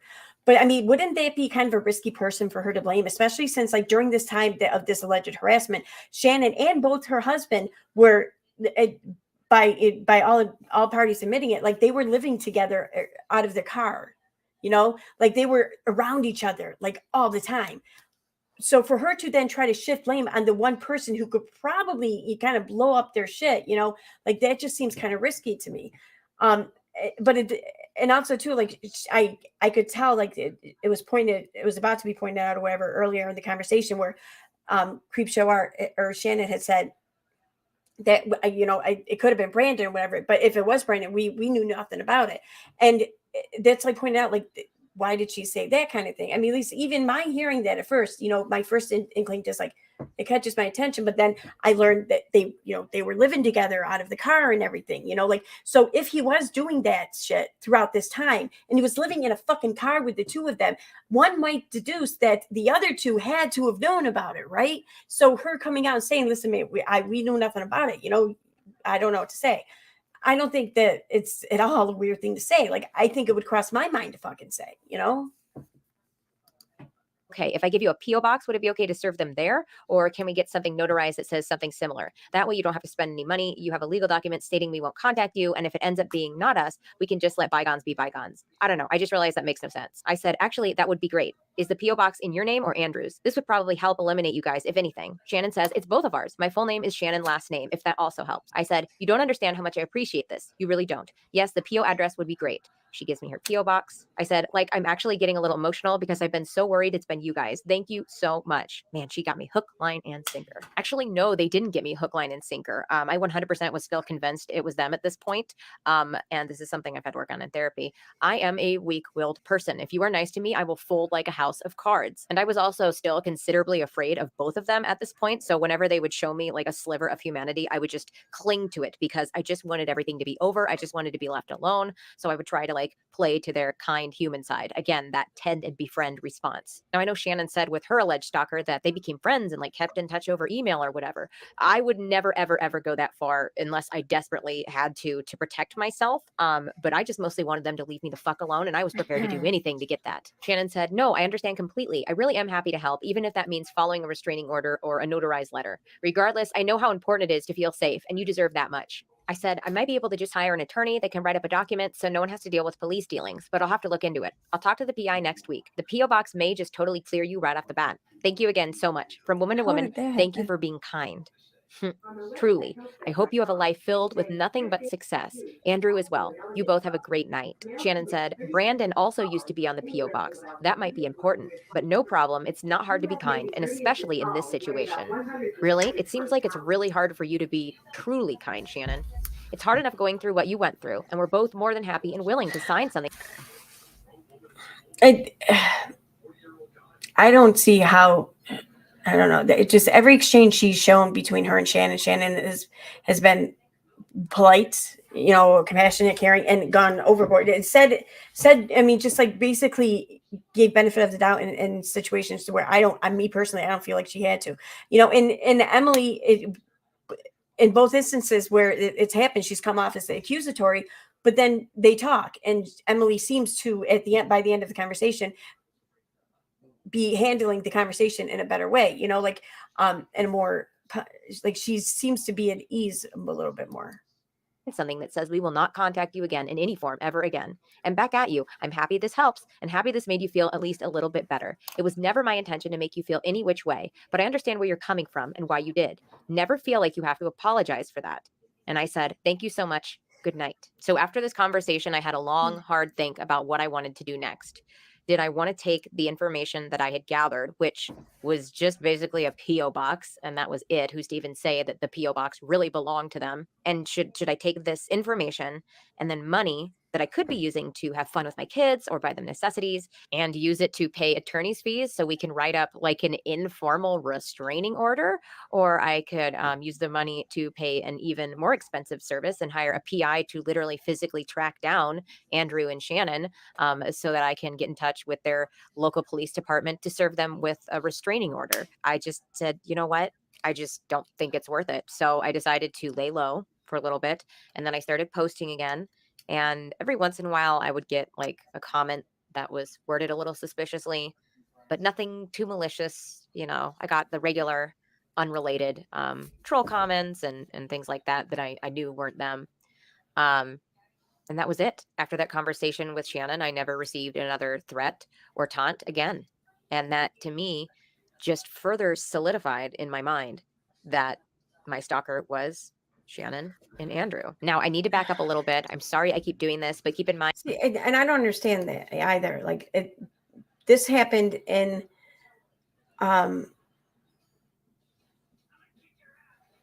so this convo with Shannon happened. It had to have happened before the end of October 2018, because she said that this was almost a year after the Twitter exchange with Anthony, and that was in October 2020. No, 2000. That was in October 2017. So this conversation here happened before the end of October 2018. Now Shannon wasn't allegedly exposed by lolcow until June of 2021. So that was almost 2.5, we'll say 2.5 years later. And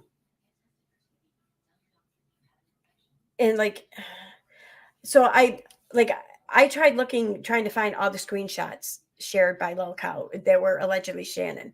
And I want to see how old these screenshots were, what year they came from for the most part.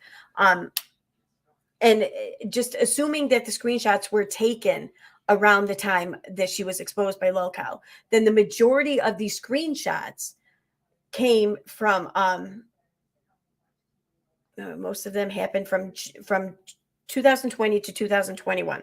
There were some, though, that happened in 2019 and in 2018.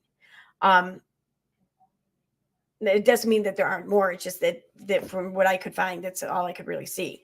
There were a couple from 2018, but it was mostly later than that, mostly 2020 and 2021. So, what's this? So it's just, I don't know. I find it strange that if it was them stalking her, that they just suddenly stopped in 2018, and then they, for the most part, laid low until they were writing comments on lolcow about her as a creator. I mean, I don't know. They just, again, this doesn't quite sit. I don't know. It doesn't fit right, really. But okay, this next part. In mind, I am, doing all of this off of screenshots, and sometimes the date the screenshot was taken was not the same date that the message was sent. I'm kind of hastily putting this together, but I promise this information is very important. This incident happened somewhere between the Rewired Soul incident and Shannon posting on lolcow about me almost killing Beanie. On July 19th, 2018, 4 months before I confronted Shannon, I received a Twitter DM from someone named Britta Filter. Hi, future Emily here again. What's really interesting is I got a Twitter DM yesterday, June 10th, 2021 at 7:08 p.m. And this Twitter account that's been around since 2017, whose screen name is also Britta Filter. And the message reads, "Hey, Emily, I was looking through Shannon's lolcow post again and realized that she posted a deleted video of yours saying that a channel was reposting them. I was wondering if you had seen this channel, name of the copycat channel, and if it's yours or something malicious. Sorry if this is old information or not relevant. Just thought I'd mention it. Take care." What's really interesting and is something to think about is this account has been used since the day it was created. Now, I'm not going to post receipts of any of this because I don't want to lead a sheep to slaughter, especially everybody listening. This may not be Shannon. This is all speculation. I do not know the age or location of this person. I did my absolute best to censor things. Obviously, it seems that Shannon likes to have a lot of sock puppet accounts, and I had always wondered if she had some dedicated sock puppet accounts that she actually used. But not only that, I quote unquote hear her voice and Anthony's sense of humor, which I guess by extension is also her sense of humor, all up and down this Twitter account. What's really suspicious to me is that the YouTube account referenced is an account that I believe believe Shannon and Anthony were using to archive my videos. And I have received many comments in the past trying to get me to notice this channel. They're just a bunch of videos with random gameplay footage or sometimes just a still image with my audio playing over top. But since I've been on this platform for 6 years, I have occasionally had the problematic take. So I believe that Shannon and Anthony wanted me to be bothered, like shaking in my boots, like, oh my gosh, what if people find these videos and cancel me? Like, for one, I have never been afraid to admit when I'm wrong. My viewers can tell you that. That is a credible piece of evidence that you can look back in my history and see. And two, I'm not going to let Shannon and Anthony hold those things over my head anymore. Nothing I had ever done would warrant that level of stalking and harassment. I'm a big girl, Shannon. I don't want to play with you in the sandbox. Besides, cat's shit in there anyway. If you want to post my old crack cocaine addled Twitter ramblings, then you go right on ahead. If you want to repost some videos I posted 4 years ago where I said some pretty toxic, self-absorbed shit, you go right on ahead. If you want to post naked pictures of me that you think are so cringy, especially because, you know, I was 15, you go right on ahead. But keep in mind, if you do that last one, I don't care. I'm going to keep bringing it up. If just assuming that it was she's saying there is true and that Shannon and Anthony have these and they obtained them from hacking her Facebook, I'm going to again ask, what the fuck were they doing uploaded to the internet on her Facebook to begin with? I mean, if you're going to point the finger and blame people and put guilt on them for doing this nasty, but you kind of did the same thing. You know, you're the one who put them on the internet. You know, just I won't be the only one having to deal with the consequences. You and Anthony have held this over my head for years and years and years. I am not affected by it anymore. I have made my peace with it. So if you want to post it, you go right on ahead. But let me just say, I won't be the only one with egg on my face. Anyway, back to the original Brita Filter message I had received back in 2018. And if you recall, at the beginning of the conversation I had with Shannon, she did mention this account. She said this account specifically had sent her some dirt on me, but she had tried to report it. But then when she went back, they had deleted their account. Well, apparently not. Also, she tried to paint this account as being malicious towards me, but... Okay. Oh, and it looks like this account was created specifically to reach out to me. As you can see, it was created the very month I was contacted. Shannon said the filter account was saying I had wronged them, but you'll see in a moment that the account is actually posing as the stalker's older sister, a lie within a lie, it seems. You'll see. Yeah. Brita Filter says, hi, Emily. You don't know me, but unfortunately, I know you. I want to explain this as clearly as possible, but it's very difficult for me to get my words out right now with everything I have found and what's going on around me. I don't expect you to reply. I just want you to know what happened because in a weird way, it does affect you. My brother has been a quote-unquote fan of you for a while now. He has apparently watched all of your videos and has them saved on his computer. There are some of you where you're singing and it's fairly grainy, all the way up to some that I see you are currently posting on YouTube. He has pages and pages of screen names, information on you, and things that I don't think any person should have on someone. Okay. Essentially, if you put it out on the internet, he has it. I also found screenshots. Why isn't this enlarging? Of when he has harassed you. He made accounts on YouTube years ago pretending to be a girl named Ava, I think she means Aja, but whatever, and bothered you then. I believe he has a list of your past employees, one being an optical shop, and though I am not sure, I believe he might have sent them things about you. He made various Twitters and sent you messages about other people and things that have nothing to do with you. He even started reaching out to various people, followers of you on YouTube and Instagram with quote-unquote proof that you buy subscribers. I know via screenshots that he sent these with little notes on them. If I had known about this sooner, I would have stopped it sooner. But unfortunately, our family has some communication problems. In this modern age, it's hard to find a reason to check someone else's computer for anything, but I think my parents should have been more attentive with that. I was using his computer for schoolwork and found everything. Even videos of you in a bathtub, which I thought as inappropriate, and I truly don't understand how he got those. I took the laptop and showed the information to my family, and we have all decided it is in his best interest to go to a mental health facility and be cut off from this. I don't know what else I can say, but I am sorry. Right about here, the mental health facility, and I'm not saying that the two are related. I'm really not. I'm not at all suggesting that. I don't see how they could be. But that doesn't mean that I'm not sensing a bit of deja vu here with these long-winded excuses and summarizations. Like, I got a lot of these emails. I think a lot of people got these emails and stuff through the Toddy Westbrook lawsuit from Nat and everything, where everything was just was being summed up like, okay, I'm done. I realize the error of my ways. You know, I'm going back in the hospital, whatever. So everything's all wrapped up. You don't need to worry about it. It's all over. The nightmare's over, and I'm going to get help, and everything's going to be okay. Like these summarizations, they're familiar to me. Sorry. He was and is a kid and is currently only 15. I don't know when you started posting or what he first saw of you, but for some reason, you became his fixation. He is going to be receiving help and counseling, and we are going to be spending thousands of dollars to figure this out. I refuse to let this happen to any other woman. I am sorry for doing this anonymously, but because my brother is a child, my parents have told me not to speak out about this with anyone else outside of family. I know that must be inherently frustrating for you, but it's important to me that you at least know that this problem was seen and will be taken care of. If there is anything else you want to know, please don't hesitate to ask. I only made this account to let you know what is going on because I felt that it was close to criminal for you to not know about something that so dearly affects you. I know when I was being harassed online at the age of 13, my trust in people went down because I couldn't know who did it. I want to tell you it was my brother, a boy you don't know, who at a very young age found you online and became obsessed. There is no other way to say it. He became obsessed. I hope that eases your mind and your heart, and I hope you have a beautiful life again. If you need anything else, let me know. I said, would you be able to do me a favor so I know this is all real? I need to see/talk to you on video chat, Snapchat, Instagram, Skype, it doesn't matter. It was smart. Because all this information seems suspicious to me. Mhm. It's exactly what's happened to me to a T. Obviously with a huge handful of things missing and some things that I didn't even know that they had on me. And I find it very strange that all this information would be in one place, especially some of the more personal things, like him getting me fired from my job. Unless he specifically wrote that down somewhere, which would also be strange, I just find it unusual. Also, this has been happening for 5 years. I just find all this hard to believe that a 10-year-old would do what quote unquote he did back then. I find it all hard to believe, especially because I know it's you, Andrew, and I don't think you can fulfill my video chat request. And I've already decided I'm not going to take this anymore. I can't be held down by my past mistakes. I've worked hard to improve myself as a person and on my mental health. I needed to be a better person. I am a better person because of my mistakes. You can't hurt me anymore. Brita Filter says, if you don't believe me, that is okay because of what has happened and the legality of it all. My parents are not comfortable with that, but I understand your issues. I hope you find peace, and I am glad you've moved beyond this. Personally, I am sorry that this has happened to you, and I wish you nothing but the greatest success. As for how we know he got you fired and information of the like, he has a video of you crying where you state someone got you fired and text documents of him taking credit for it. Though I doubt I will be able to convince you that this is legitimate, I do hope that you find peace with this, and I understand the trust is not here. If I could Skype with you without risk, I would. But according to my parents, that is a risk they don't want me taking. Meanwhile, I hope you know these were not your mistakes. These were my brother's, and he will be paying for them. You didn't and do not deserve to pay for my brother's misgivings. This will most likely be my last time using this account. I do appreciate your time, and I hope from the bottom of my heart and soul that you continue to do well. I pray you are able to forgive those in your life, and I know you will continue to thrive. Thank you for at least listening to what I've had to say Okay, there it and is. letting me know that words have gotten to you. God bless.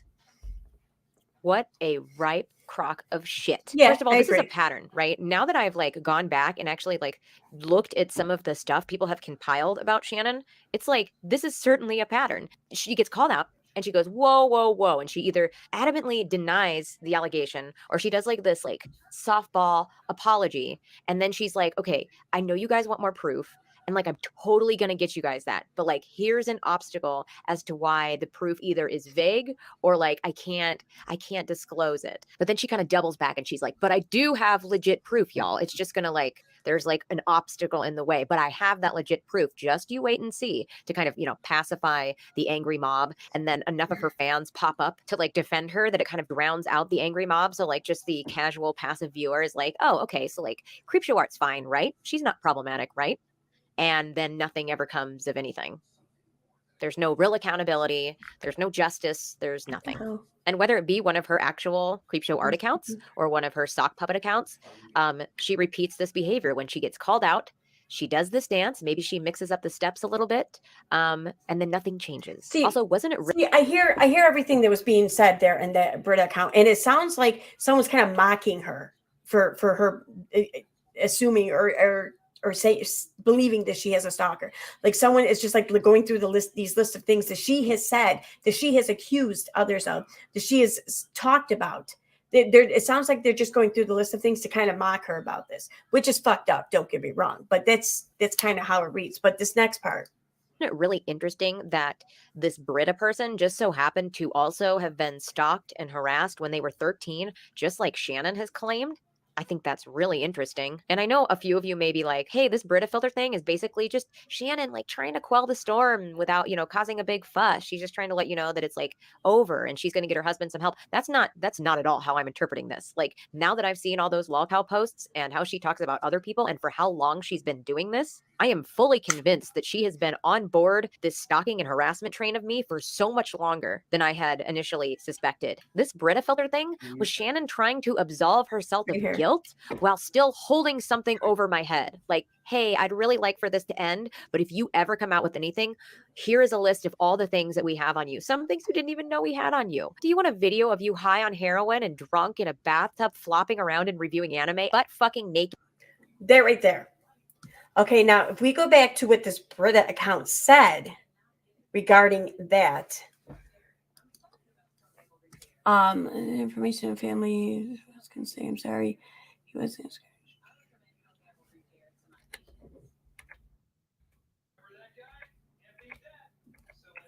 Okay, right here. Even videos of you in a bathtub, which I thought it was inappropriate.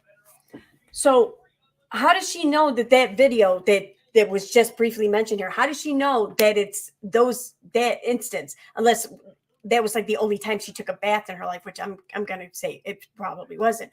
So how does she know that the video or whatever being discussed here in the message about her in the bathtub is that same one that was depicting her reviewing anime? And if it is that one, and I, don't get me wrong, I get why maybe she assumes that it's that one, because that one was put up on her YouTube channel publicly. That's why the whole anime community was coming after her. It was because of this video. So a lot of people were aware of this video. Okay. So I get why she's assuming it, but it's not stated here. And anyone could have used that, right? Anyone could have listed that, because it seems to be like a big turning point in her online career or whatever, her online presence, whatever, to let this happen to any other woman. I am sorry for doing this anonymously, but because my brother is being care of, because I found online a boy you don't know who at a very young age found you online and became obsessed. There is no other way to say it. He became obsessed.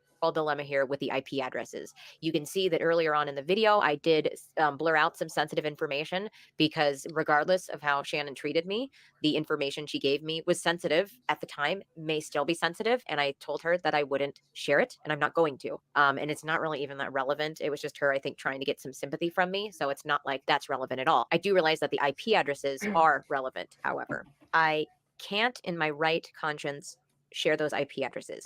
It's against my moral code, and my morals mean a lot. I call bullshit to that, because she even stated herself early in the video that one of these IP addresses was the public library. Why can't you publish that IP address? Why can't you publish proof that you applied this IP catcher and it traced back to the same library, not just the library, but the same library that they are reported to have used while homeless?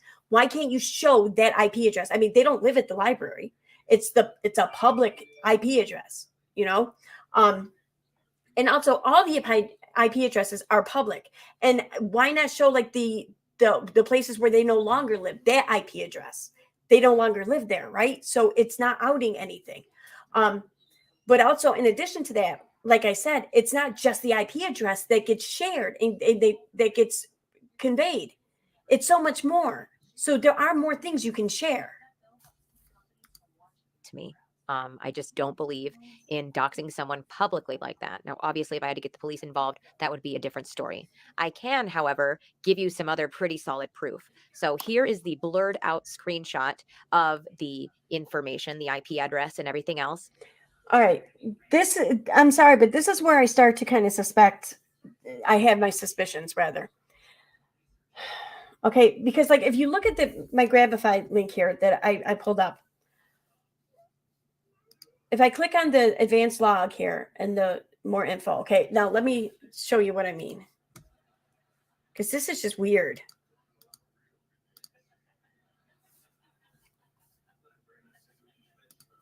So she blurred out the entire screenshot. But you see here to the left here on advanced log, it just says browser, operating system, device, touchscreen, user agent, platform, referring URL, hostname, ISP. Why did she blur that shit out? Okay, if you want to hide everything else, you want to make an argument for that, okay, I can accept that there's an argument for that. I don't agree, but I accept that there's an argument for it. But what the fuck is the argument for hiding shit on the left? There is no argument for that. But in her screenshot, she blurred the whole fucking thing. The whole thing. It will say somewhere on that page, IP address and then like colon or whatever, and then it will give the number or no, yeah, it'd be just the numbered IP address. Why can't you just? Why did she blur the IP address, quote unquote? Like that comes across to me as suspect. Like it seems like she just wants to. I don't know. I don't know what to make of it, but it seems suspect as fuck in my opinion. It does. Like why blur all that shit to the left? That doesn't make sense to me. Okay, so she goes on. And if we go over here to get info, we can see that I took the screenshot on October 24th, 2018 at 7:31 p.m. We can also see that I took these Lily Singh screenshots on October 24th, 2018 at 4:34 p.m. and 4:35 p.m. And here we can obviously see that the video that Lily Singh was commenting on, my problem with a big YouTuber, was posted on October 24th, 2018. And again, this all makes sense. She put a video up saying that she has a problem with a big YouTuber. People just assumed it was Shannon. And so they came to her comment section saying, hey, is this Shannon? Is this about Shannon? Is this about Shannon? So the fact that Shannon then made a post and DM'd her is not at all out of the blue. I mean, it was initiated by her video. So, I mean, I don't see how this is like just proof or evidence of anything. 18. And as you can see here, 2 days later on October 26, 2018, that is when Creepshow Art mentioned me in her Instagram story. And later that evening is when I decided to confront her with the proof. The other IP that I was referring Which makes perfect sense. Like I just said, I mean, to, the one where I was just like totally oblivious that it was Andrew. I was like, I don't know, it's such a big city. Who could it be? I have this email draft from 2013 where it's basically me begging the staff at Facebook to try to help me gain access back to this account. I'm letting them know that I'm being harassed, and this stalker had hacked into this account. I think they phished me. I think that's really what happened. I even say here that the police turned me away because he hadn't threatened my life yet. I even say down here at the bottom, I am on the verge of suicide because the harassment has become 24/7. Then I include back the IP and the information that the automated Facebook message had sent to me. What's even wilder that I didn't even notice until just now as I'm narrating over the screenshot is 2 emails above, we see an email that says Isla's Universe. And you know who/what is Isla? That is Andrew's old band name. So we open this. Okay, so is Isla that I'm going to back up here for a second. So I do not have the original email that Facebook sent me alerting me to a suspicious login. In fact, I didn't have a single automated Facebook email in my inbox. This is just a guess, but I probably deleted them to clear up some space back when I actually needed space in my Gmail account for work. But this is an exact copy plus paste of what they sent me, as this was the exact format they used at that time. And I think she's talking about this right here or whatever. Now, for granted, this is said to have happened, I think, in 2013, she says. Okay, but the address here, login@facebook.com, I tried to find if there were examples of Facebook using this email in which to inform people of suspicious logins. I was unable to find anything, but I don't think it's impossible. I think, in 2013, it's quite possible that they used it, but the @Facebook login, like right around that time, was their server name for Facebook email. I don't know if people remember this, but they launched this thing where everyone who had a Facebook account had a Facebook server email. It was like, say, so my Facebook URL is facebook.com/we destroy anti-vaxxers. So therefore, judged by that, my email address would have been we destroy anti-vaxxers @facebook.com. Okay. Everyone who had a Facebook account was by default given this email box or inbox or whatever. The whole thing was a disaster. They got rid of it like 2 years later, a year later or something. It's fucking funny, actually. Anyway, but it was that server name that they used for their email address. Okay, so login, I don't know. I kind of wonder if maybe the admin at Facebook might want to use a different server name than what they're giving out to billions of people. But I mean, I'm not qualified enough to really make these assessments. I'm just, talking out loud here, really. But there is something, though, I do want to show here. What was it? Okay, that's right. Yep, I have it on in my folder. So I'm going to show 2 things here. I was also sent an email from Facebook alerting me to a suspicious login. But it wasn't in 2013. I think it was like last year or something. But I was, just to give another idea too, I was in 2013, I was sent an email from Google alerting me to a suspicious login. And I'm going to show them both to you here, just to give you an idea, because I don't know. I guess it's possible Facebook was giving out IP addresses, but I don't think they were. Like, you can go into your activity and see where your last logins happen, what IP address. You can see that yourself in your activity. But like, the email I got from Facebook didn't have an IP address in it. But again, it's just my experience. I get that, but I'm still going to share it because it's all I got to really go off of right now. And it's what's causing me to have questions. So that's what it is. What time is it? Okay.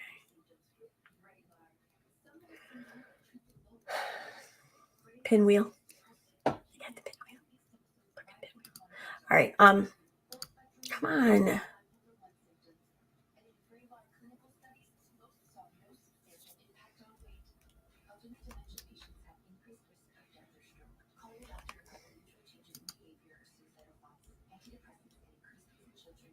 Anyways, while I'm waiting for that. Oh no, wait, there we go. All right. So is it this one, that one?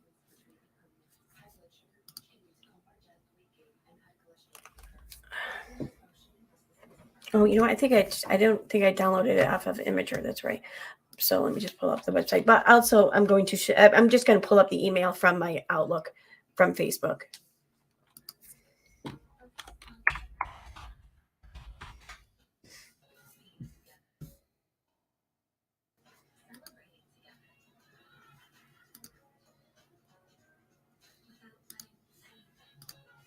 All right. So posts.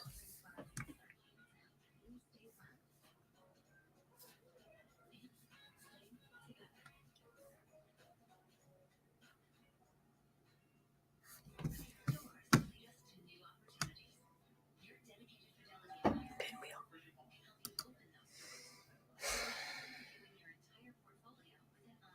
So annoying. All right. So here we go.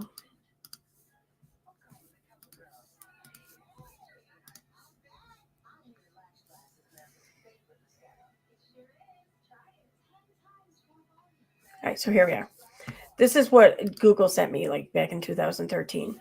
I remember this too. I was at the hospital with my dad, spending the night there with him when I got this. It says, someone recently used your password to try to sign into your Google account at, whatever, slayer@gmail.com. We prevented the sign-in attempt in case this was a hijacker trying to access your account. Please review the details of the sign-in attempt. And they gave me the date and time, the IP address, and it even says there that it's likely from a VPN, it looks like. And then it says where the VPN server, where the whatever server is coming from, somewhere in Michigan. If you do not recognize this sign-in attempt, someone else may be trying to access your account. You should sign into your account and reset your password immediately, which I did. I immediately did. Then, to show you the one I got from Facebook.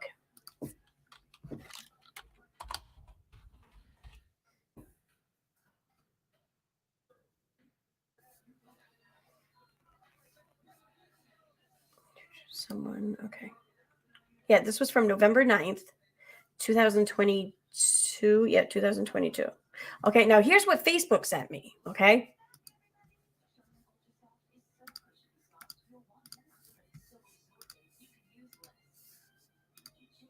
So, and I click on here, see, and it comes from security@facebookmail.com. I did a Google search. Facebookmail.com is actually a server email, or the name of the server that Facebook admin will use when emailing. So I believe that this really was from Facebook. And it says, hi, Slayer Utica. A user just logged into your Facebook account from a new device, Samsung S21. We are sending you this email to verify it's really you. You can click report the user. Yes, it's me. Now, I was suspect of this email when I got it. Like, I was highly suspect of the email when I got it. So like I said, I Googled the server name, but then I know that Facebook keeps a record of your logins. So I went into my online activity, or whatever activity, their login activity, I think it's called, under Facebook, and there's the settings and everything. And I looked to see if there was something on there from a Samsung S21, but there was nothing there listed.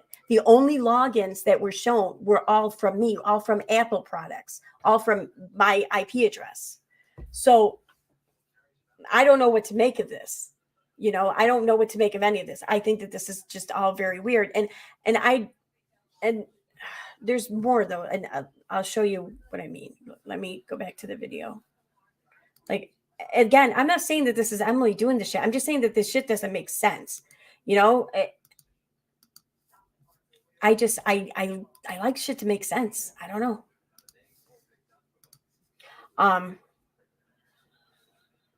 Yeah, so this here it allegedly gave her operating system, browser, IP address, and estimated location. And again, the estimated location is San Jose, California, where all of these people are basically from. And it's San Jose is a pretty big city too, I think.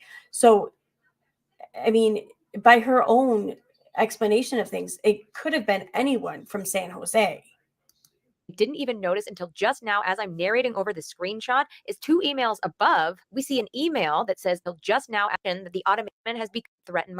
I think this account where it's basically me begging. Damn it. So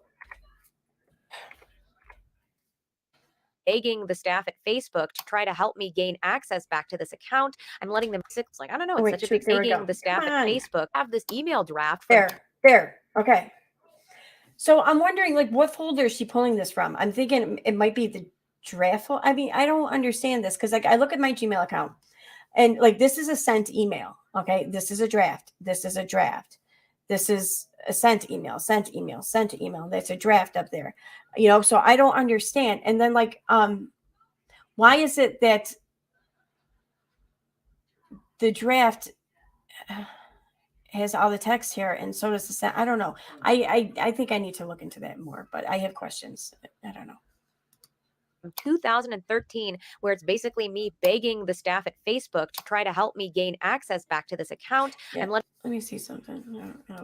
letting them know that I'm being harassed, and this stalker had hacked into this account. I think they phished me. I think that's really what happened. I even say here that the police turned me away because he hadn't threatened my life yet. I even say down here at the bottom, I am on the verge of suicide because the harassment has become 24/7. Then I include back the IP and the information that the automated Facebook message had sent to me. What's even wilder that I didn't even notice until just now as I'm narrating over the screenshot is 2 emails above. We see an email that says Isla's Universe. And you know who/what is Isla? That is Andrew's old band name. So we open this email and I say, so what I'm planning to do is digital.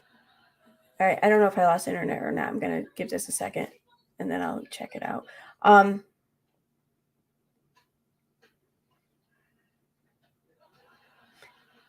There it goes. Now I heard it back. I didn't press play though.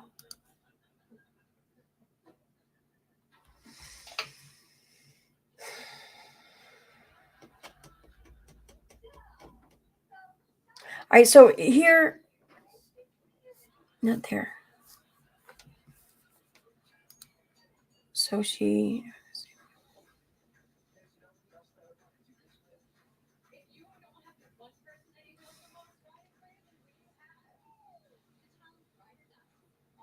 Okay, so another thing, I don't know when she, I think I must have missed her pointing this out here though. But it's the whole Brita filter thing.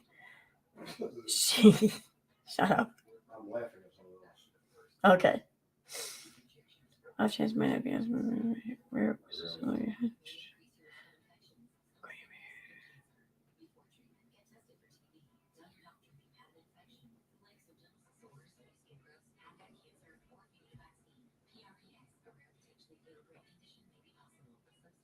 Okay, so I got to go back to like 148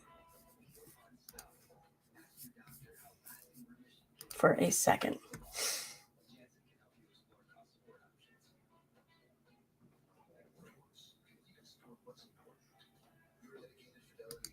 All right. Months before I confronted Shannon, I received a Twitter DM from someone named Brita Filter. Hi, future Emily here again. What's really interesting is I got a Twitter DM yesterday, June 10th. Hi, future Emily 28 rewired this together, but I promise this was not the same date that the message was sent. I'm kind of hastily putting this together, but I promise this information went through, and we're both more than happy and willing to sign something that says we will not contact you again. No. Even more expensive service and hire a PI to literally physically track down Andrew and reads, "Hey, Emily, I was looking through Shannon's lolcow post again and realized that she posted a deleted video of yours saying that a channel was reposting them. I was wondering if you had seen this channel, name of the copycat channel, and if it's yours or something malicious. Sorry if this is old information or not relevant. Just thought I'd mention it. Take care." What's really interesting and is something to think about is this account has been used since the day it was created. Now, I'm not going to post receipts of any of this because I don't want to lead a sheep to slaughter, especially everybody listening. This may not be Shannon. This is all speculation. I do not know the age or location of this person. I did my absolute best to censor things. Obviously, it seems that Shannon likes to have a lot of sock puppet accounts, and I had always wondered if she had some dedicated sock puppet accounts that she actually used. But not only that, I quote unquote hear her voice and Anthony's sense of humor, which I guess by extension is also her sense of humor, all up and down this Twitter account. What's really suspicious to me is that the YouTube account referenced is an account that I believe Shannon and Anthony were using to archive my videos. And I have received many comments in the past. 1 second, I gotta go grab something.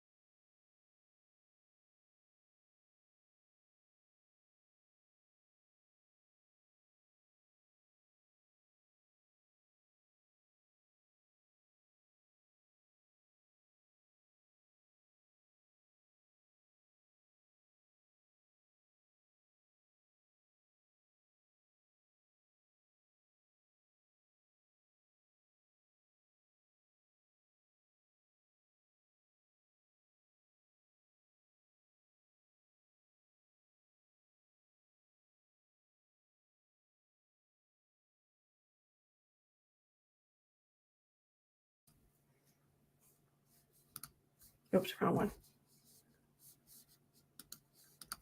Trying to get me to notice this channel. They're just a bunch of videos with random gameplay footage or sometimes just a still image with my audio playing over top. But since I've been on this platform for 6 years, I have occasionally had the problematic take. So I believe that Shannon and Anthony wanted me to be bothered, like shaking in my boots, like, oh my gosh, what if people find these videos and cancel me? Like, for one, I have never been afraid to admit when I'm wrong. My viewers can tell you that. That is a credible piece of evidence that you can look back in my history and see. And two, I'm not going to let Shannon and Anthony hold those things over my head anymore. Nothing I had ever done would warrant that level of stalking and harassment. I'm a big girl, Shannon. I don't want to play with you in the sandbox. Besides, cat shit in there anyway. If you want to post my old crack cocaine addled Twitter ramblings, then you go right on ahead. If you want to repost some videos I posted 4 years ago where I said some pretty toxic self-absorbed shit, you go right on ahead. If you want to post naked pictures of me that you think are so cringy, especially because, I was 15, you go right on ahead. But keep in mind, if you do that last one, I won't be the only one having to deal with the consequences. You and Anthony have held this over my head for years and years and years. I am not affected by it anymore. I have made my peace with it. So if you want to post it, you go right on ahead.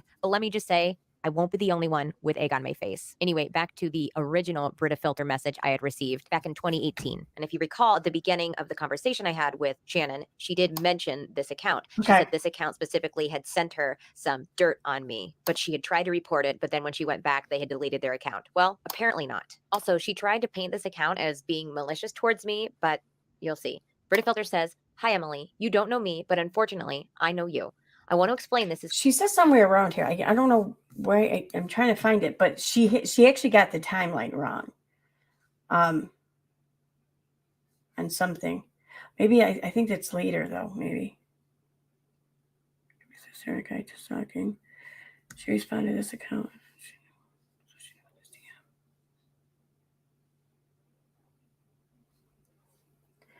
There. Okay, that's what I think. Oh, that's what it is. Okay, yeah, that's right. So she says here that. Oh wait.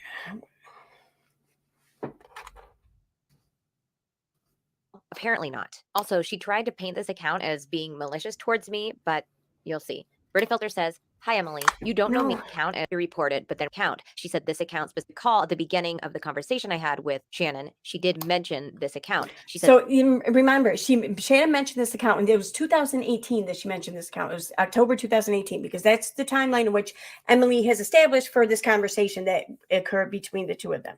This account specifically had sent her some dirt on me, but she had tried to report it, but then when she went back, they had deleted their account. Well, apparently not. Also, she tried to paint this account as being malicious towards me, but you'll see.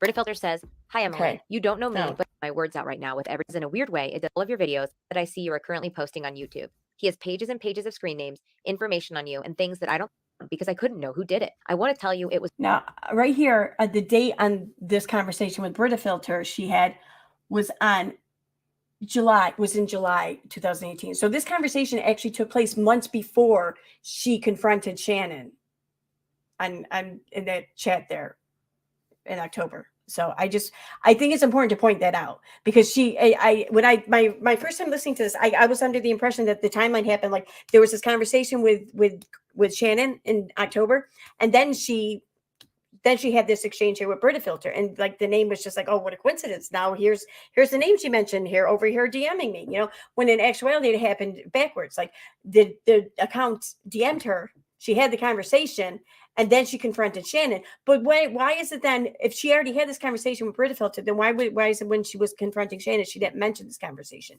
She didn't also say, oh, yeah, that account messaged me too when Shannon mentioned it. Like I don't know.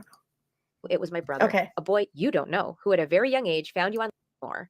Brita felt apology. And then she's like, okay, I know you guys want more proof.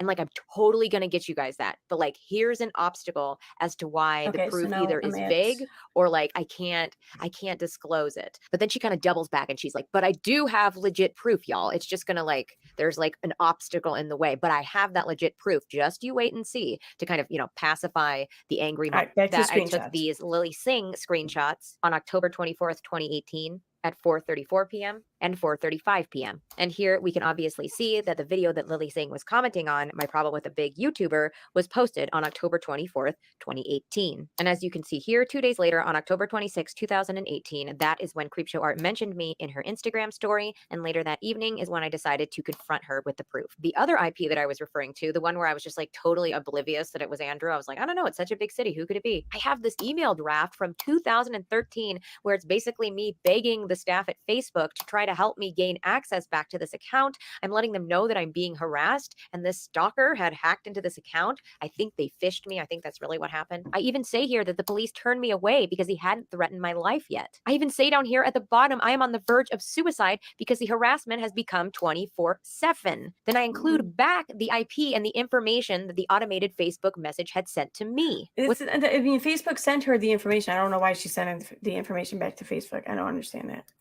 It's even wilder that I didn't even notice until just now as I'm narrating over the screenshot is 2 emails above. We see an email that says Isla's Universe. And again, like, yeah, it's the same year, but they're months apart.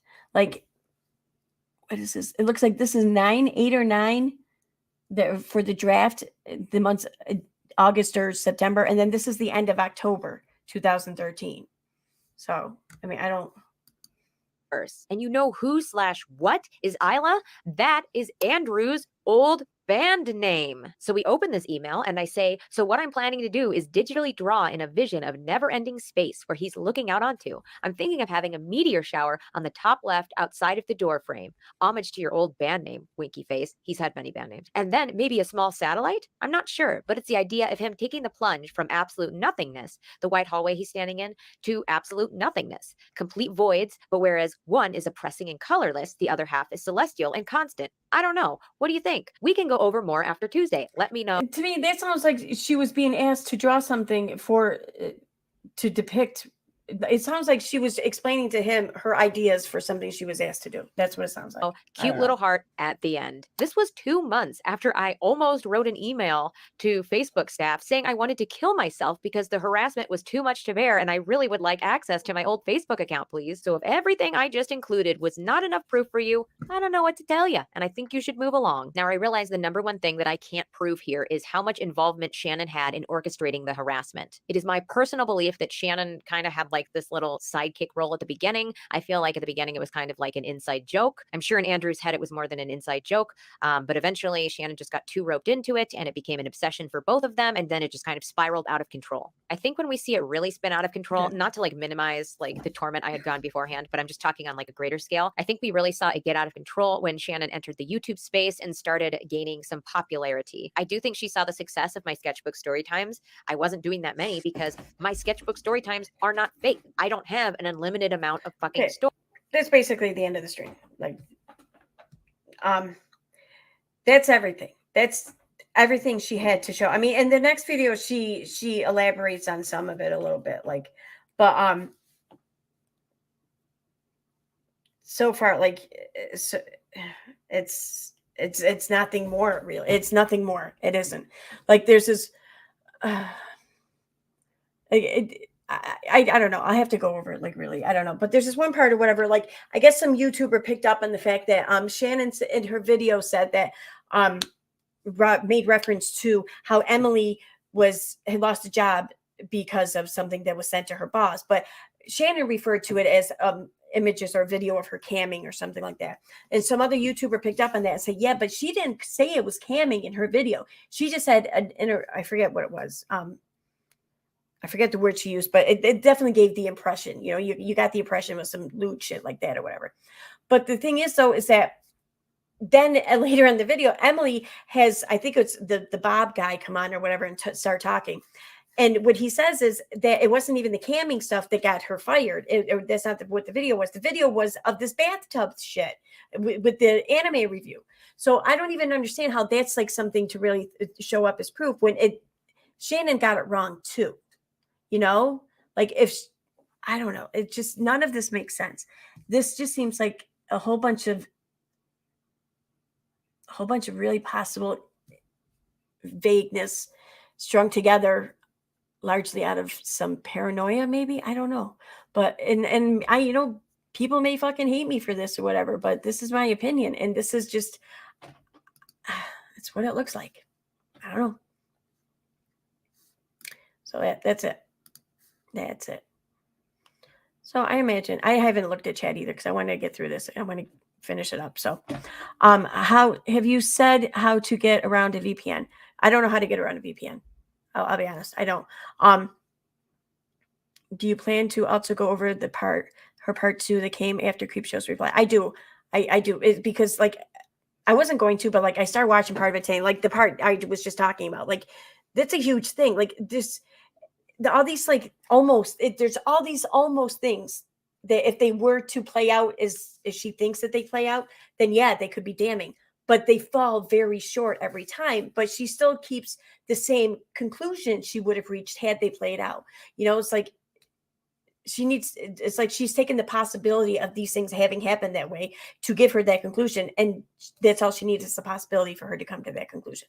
And that doesn't make sense to me. I don't know. And then I listened to everything that she's saying here. Like, she alleges that she knew where to look for the IP address to go back to because she knew through friends where they lived. She's been very informed and very knowledgeable up on all of their lives. She first contacted Shannon. She then reached out to Andrew. You know, I kind of wonder how I would react to the things I've seen here if I were in Shannon's shoes or whatever. And I kind of think that I would be like, you know, she's contacted me. She's, you know, she's done this, she's done that. She's making all these accusations. You know, she's kind of like leading in her mind everything back, everything that's going on or everything that just even seems to be going on. She's connecting it back to us. I don't know. Maybe I should protect myself here, you know, just take, you know, proactive steps here or something. And maybe I should side eye her a little bit. You know what I mean? Like, and again, it's like that she's throwing out there how allegedly Shannon and Anthony are holding these images of her as like a 15 or 16-year-old or whatever over her head. But she completely glosses over how it is they were able to obtain these images if they were to have them. And it's because she uploaded them to the internet. And one other thing that just really, I don't know, this kind of stands out to me. And in the beginning of the next video, she gives all these reasons as to why her head just wasn't right for so long. And one of the reasons she gives, and she says this is what by and large sent her on this downward spiral, was because she was involved in these inappropriate relationships with both men and women as a preteen. And these were older men and women. And she's giving this as a reason as to why she was on a downward spiral. And she's calling these relationships inappropriate. But yet then she herself was in an inappropriate relationship as a 17-year-old with a 13-year-old girl. But she never considers that to be inappropriate. She never applies that same insight onto herself. And I see this, I don't know, it's just something about that I can't let that go. I'm sorry. Like, I can't just drop that and be like, oh, this shit happens. I can't let the fact go that some 17-year-old guy or girl was involved with a 13-year-old. Like, that's illegal. Like, that's fucking illegal, and to just act like it's an exception, I think it's bullshit. So yeah, like, that's crazy. Like, she herself admits that. That's not even like an accusation by Shannon or whatever. Like, Emily admits this shit. So. Oh, okay. So I'm sorry. The reason why we're looking at this, and I explained this earlier, like, I never looked at this. When this shit came out, I didn't give it any mind. I didn't, whatever, fuck it. I didn't care. I didn't even pay it any attention. But there was a YouTube channel that did a video recently. I want to say I seen a couple of videos recently, but I know it was at least one. I could maybe just be thinking it's more than one. But I watched the video, and that kind of got me thinking a little bit. And I think because I watched the video, then other videos regarding this showed up in my preferences. And two videos that I'm going to mention again here in the stream, and I'm going to put their links in the chat because they're fucking good. And yeah, these two videos, like I briefly kind of sort of heard that some things about this were kind of bullshit, but I didn't really put much into it. But it was upon watching these two videos, like, there's let me pull them up. All right, so first there's this video by a channel called Kidology, and she just points out the differences in the videos between, like, evidence and who's trying to play to emotions and who's providing facts. And she's not at all taken up for Creepshow. She comes right out and says she did some fucked up shit. She's guilty as fuck. I'm not even going there. But this is just not accurate, and it's not sitting well with me, basically, kind of thing. And she points out why it is Shannon isn't really coming at this from an emotional standpoint, because in the beginning of Shannon's video, she even says that she's making this video for in the interest of prosperity. So basically, she's putting it out there just to have the facts out there. And so it's a very, like, analytical video. It's evidence-based, it's matter of fact. It's not really so much as emotion, and I think that that's true. And so I know, like, some people had pointed out, like, oh, but the very fact that she had all these images proves that she's a stalker. But it took her 6 months to come out with their response video. And almost everything she showed to have been screenshotted within those 6 months. Maybe there's a few other things. I mean, I didn't look at everything to a T, but I made it a point to just glance here and there. And the majority of shit that I seen was taken from 2021. So it stands to reason that she didn't have this beforehand. But also, too, like, a lot of this shit can be found. This shit is so easy to be found if you just know how to look. And I'm going to go out on a limb here and say that someone who's ran a YouTube channel and actually had to look up and research some shit here and there, especially on people and internet activity, because that's what they discuss, they're going to know a thing or two about how to find shit on Google, I think. That's, I don't know, that's my assumption anyways. But anyways, let me get to the chat here. So this video here, wait a minute. Let me close that one out. Wait, am I on my channel? Yeah. All right, so this is the Kidology link.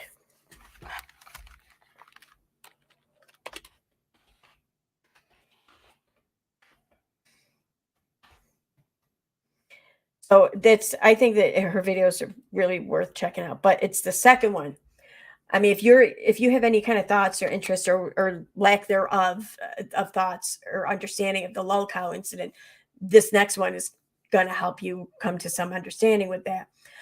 It's from a channel called High Tech with Grumpo, or at least that's what the channel used to be called. It used to be called High Tech with Grumpo. Now it's called, I think, something like Really Famous YouTuber or something like that. And what she did was she looked into how it is lolcow could have exposed Creepshow Art. And it wasn't done through IP addresses. It wasn't done through private or public IP. It was done through internet cookies, more precisely like these zombie ID cookies. And she goes in and she explains all that. And then she explains how to obtain more information about how it is lolcow used these and exploited these. She saw on the website they were looking for help for system admin. So she applied for the job, and it was upon her discussion regarding employment that she learned all of this information, and she shares what it is she learned.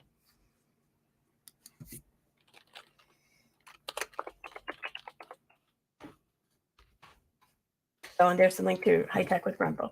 So now, upon watching these videos as of recently, like I'm just, shit's jumping out of me. And then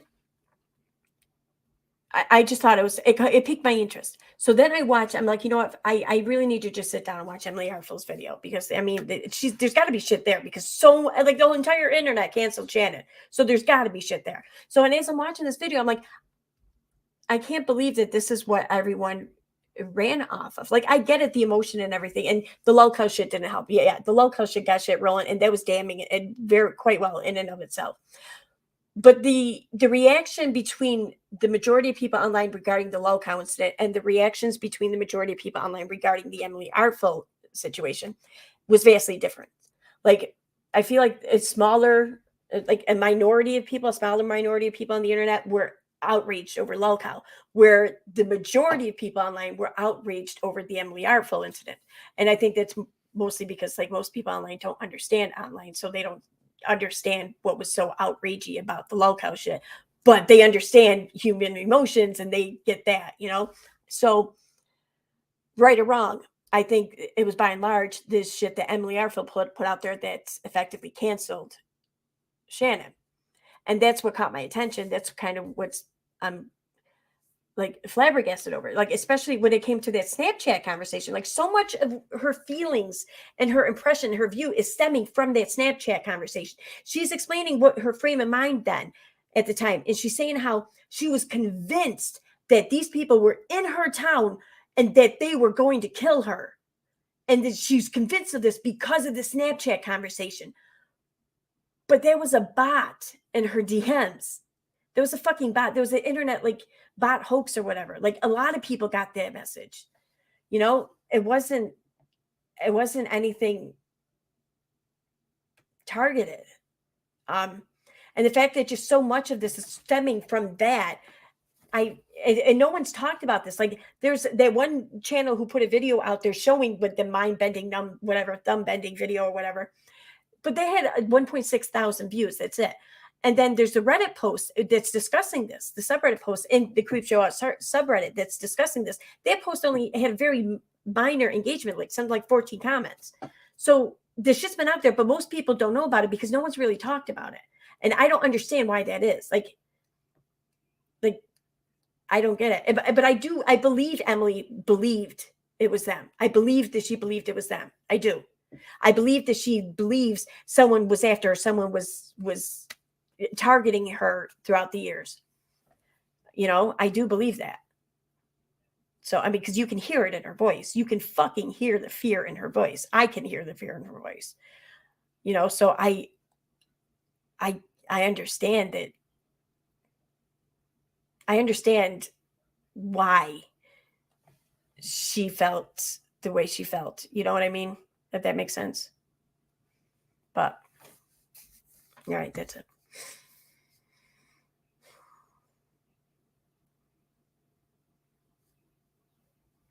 Yeah, Jujubee, I agree with you there too. Like, I know that her response. So I'm gonna touch more on in if we cover, or I'm planning on covering the second stream. But it's her response, though, I think that comes into question there more than it does now. But like, I'll be honest, like, if my friends took this for evidence and this is all it took to convince them that I was doing these horrible things with my husband against his ex, like, I mean, and it's not just the lack of evidence here, but it's also how easy it was to find things that contradict her timeline, Emily's timeline. I don't think that Emily did that intentionally or whatever. I think that's just the way she's remembering things. And I don't fault her for it, but the timeline doesn't make sense according to her explanation. So if my friends just took that and ran with it and believed it regarding Emily, anyways, regarding this part of this whole situation, I'd be pissed too. Like, I don't know if I'd be that pissed. I don't know if I'd lash out the way she did, because like this Google Doc here that comes with Creepshow Art's response video, at the end, she really lays into people and tells them off. I don't know I would have gone that far, but I understand her being pissed. Like, I think I would feel that too. But I would also take into account that, I didn't really give them something to base much faith in me on if, the lolcow shit came out and I was actually, in fact, guilty of that. And, basically I would, if she is guilty of that, then she should be able to reflect on herself and understand why it was hard for them to have faith in her. Sure, she can be pissed that they didn't, but she's got to at least understand that she didn't quite give them much to hold faith in if she is in fact guilty over there on lolcow. If she's not, then that's another story, but I don't know if it's a conversation that'll ever be had or be known to be had. So I get why she responded to her friends maybe a little bit of the way she did, but yeah, I think she could have been definitely more understanding or whatever. I don't know. But other than that, I think her response was really, I mean, how would you have responded, really? Like, I think there's a good chance of what was the case is that, like, she wasn't behind Emily's stalking, but she was possibly behind much or some of the shit on lolcow. And the fact that these two things came out at the same time, she was put in this position where it was hard for her to, attest to her innocence while all of this guilt was coming in from this other place. Like, no one's going to buy that she was both guilty and innocent. One or the other is going to win out. And there was only one side that was going to win out there. So I understand her just being like, I'm fighting a losing battle. I'm not even going to bother. It's going to be a waste of time. It's going to stress me out. And I'll probably even make things worse. I don't know. Maybe that's possible. But the fact that Emily came out with her video and then Creepshow Art was quiet for months, and she collected this, she put together this timeline, she collected all these receipts and everything, and she put it all together in a video, and she laid it all out, and it's very easy to follow too, her video. She spent 6 months putting that together, I think. So for that reason, I think it does kind of make sense, because had she stayed and still been relevant here on YouTube, I think it would have been harder and harder for her to have done that, to have maybe kept a clear head about it and gotten it across to whatever minute amount of people she did. So, I mean, but since then, I mean, if you want to kind of question why she took off, why she gave up, why she's not still fighting the fight here, go check out her comment section for her last video. Like, that might tell you why. Like, people are commenting, like, as of like just hours ago, what a shit person she is, and get the fuck, and don't ever fucking come back. And there's a few, like, just kill yourself or whatever. Oh, this video here killed Betty White, which I gotta say, that was a little funny. And then there was some bigger creators, a lot of bigger creators, and they're dragging her too. Like Drama Alert was in there saying, left a comment, Creepshow Art did nothing wrong.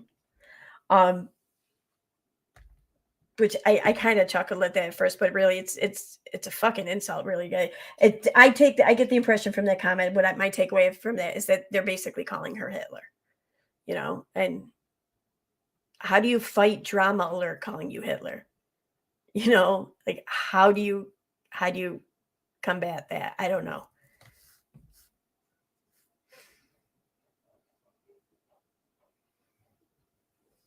Yeah, I know her response to them is what upset them. And like Emily Artful even discusses that, and she even like laid out like how she understands why Creepshow Art told them, no, don't bother fighting on my behalf, don't argue for me, whatever, just you know, don't bother.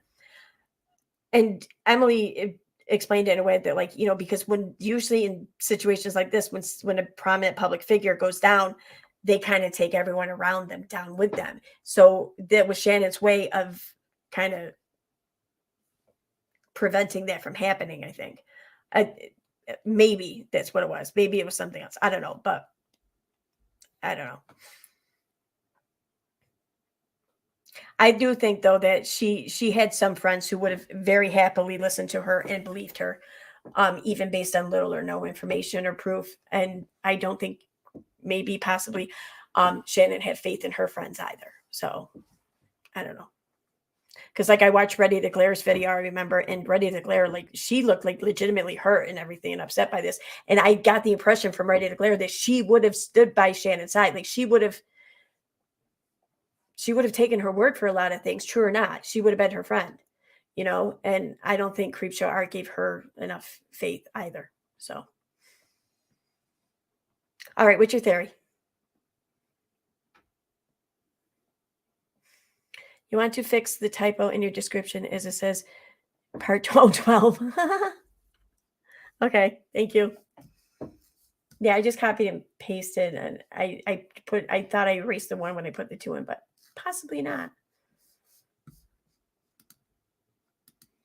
Oh shit. Okay. I'll do it on here. It'll be quicker.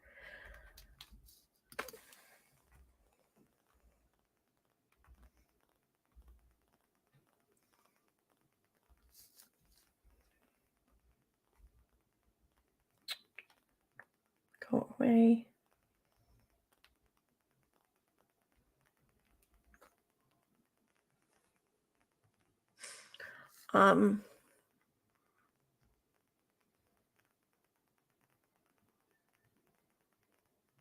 Juju B, I'm reading your comment up above here. I feel like this situation is very parallel to what people in this community have experienced.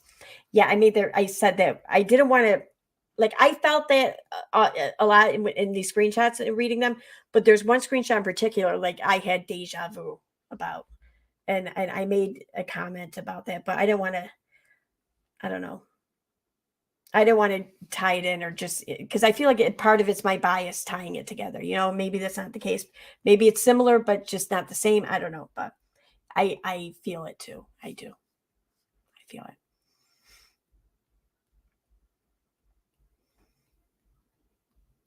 What do you think about Shannon being cool with restraining order if she wasn't involved in any harassment? That's incredibly odd to me. See, I don't think it is. Like, if you truly and honestly believe that yourself and the people around are not involved, and you truly believe that the person is in fact being harassed, and you can sense and fear, sense and hear the fear in their voice or their text or whatever talking about it, then what matters is that they feel safe.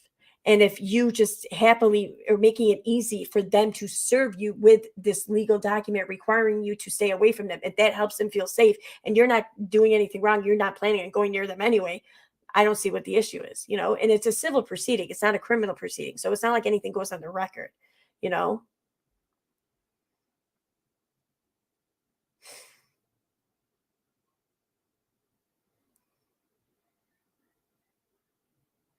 Yeah, exactly. Like Feeling Kind of Breezy says, I do agree that if the lolcow situation hadn't happened, Emily's video would not have been so widely accepted on her word alone. It definitely lacks evidence for many of the claims. And that's the thing, like the lolcow thing, I think definitely got the ball rolling, but had it just been that, it would have been by and large forgotten by now. It would have been forgotten, except for by like a very small minority of people on the internet. However, the shit with Emily, that's not forgotten. Like, that's still very much on people's minds. And whenever something gets mentioned about Creepshow, or it looks like Creepshow might be trying to come back or something, people jump right all over her from it. I mean, just in her comment section alone, you know, and that by in itself wouldn't be enough to have canceled her. But that definitely, I think, would have left a more lasting mark than the lolcow shit had each one of them happen on their own.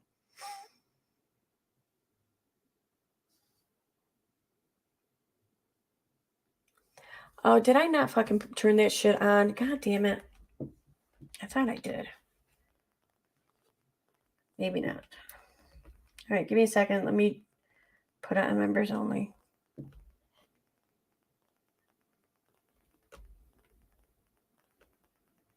Yeah, there we go. Almost there. Almost there. For subscribers only, I mean.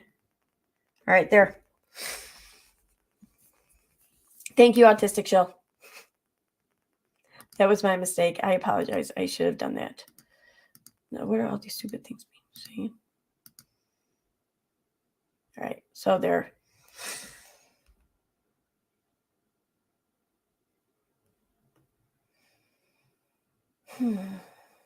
I was right. I hit a fix the description.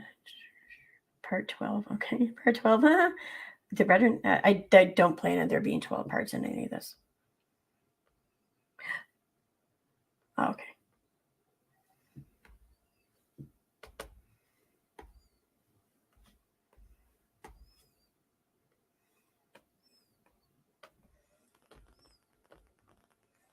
Okay.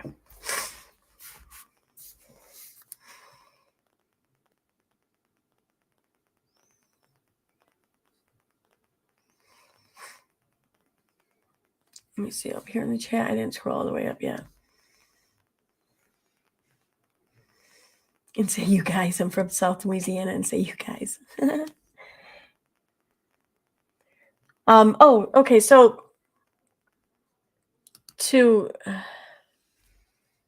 I got that working on terminal here or on the Mac, right? Yeah, I know I did. I remember I did. So I'm trying to think what account name I can use. I think I could just use Slayer Utica. So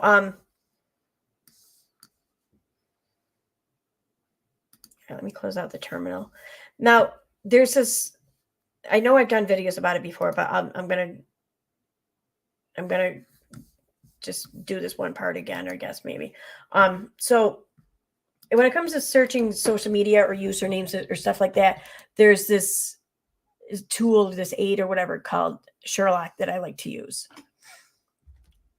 New tab. Why is it? Oh, sorry, I need window.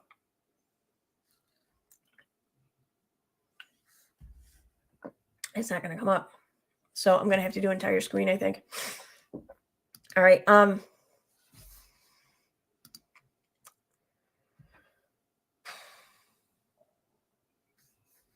Share. Why is it not sharing? Come on, share. It's share time. Come on. What the fuck? Screen share was canceled. Make sure you click share on the media or on the model and not cancel. No shit. Dumbass. Oh, I'm an idiot. I had to click that. Chrome has lost permission to cancel. Oh, to fix it, go to System Preference, unlock the screen by selecting the lock in the button. Wait, what's this? Oh, Apple System Preference? I think that's what it means. I already have that open. Go to System Preferences.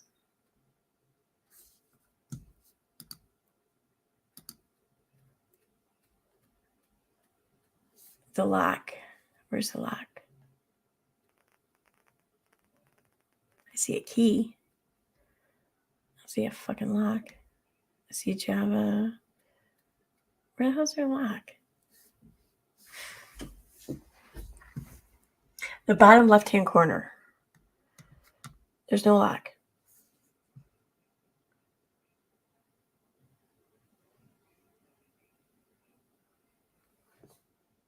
Oh, it's probably talking to me about Windows or something. Nope, Mac. Security and privacy. Yeah, okay. It might have been nice if you included that in the fucking description then. Okay. Security and privacy. Click screen recording. Check the box next to your browser. Okay.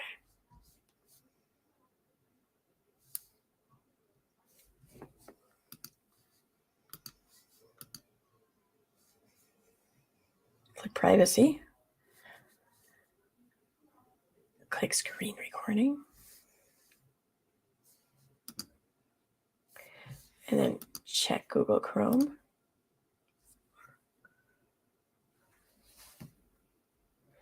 Check the box next to your browser. You may need to click the lock on the bottom of the... Okay.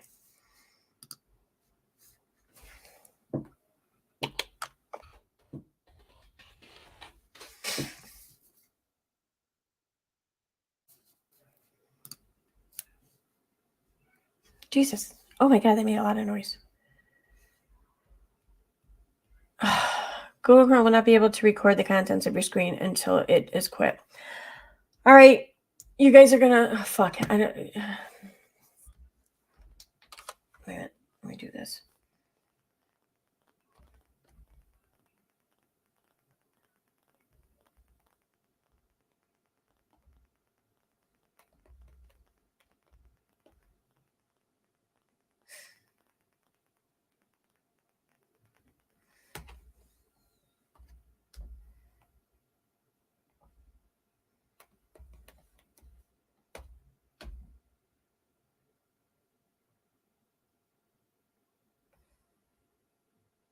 Okay, enter studio.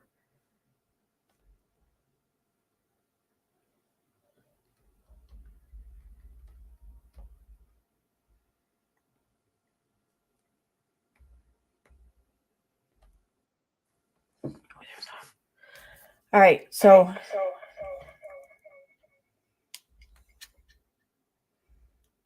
okay.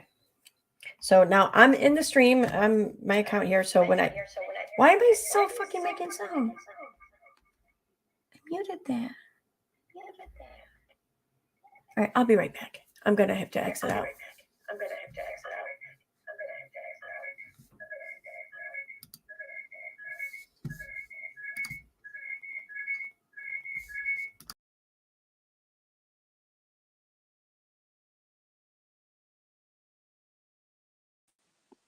Well, at least you guys should still be able to hear me. Right. Let me open it back up.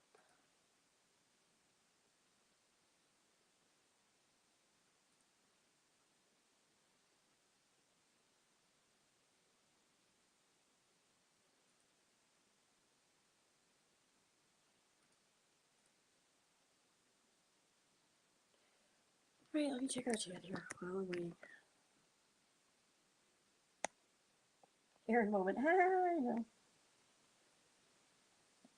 Look at the menu pop up at the bottom. I don't. Were you talking about this, the preferences thing on Windows? Or, I mean, on the Mac system preferences. I don't know. I got it sorted though. I just have to now come back into the stream on Chrome. That's all on the iMac.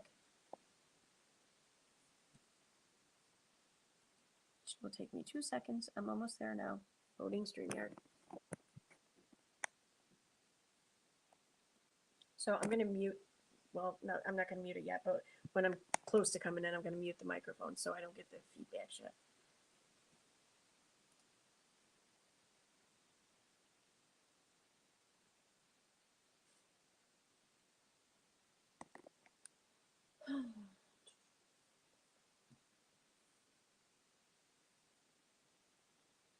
Anyone else? Oh, no. Oh, wow. Pick me right up that time. Okay.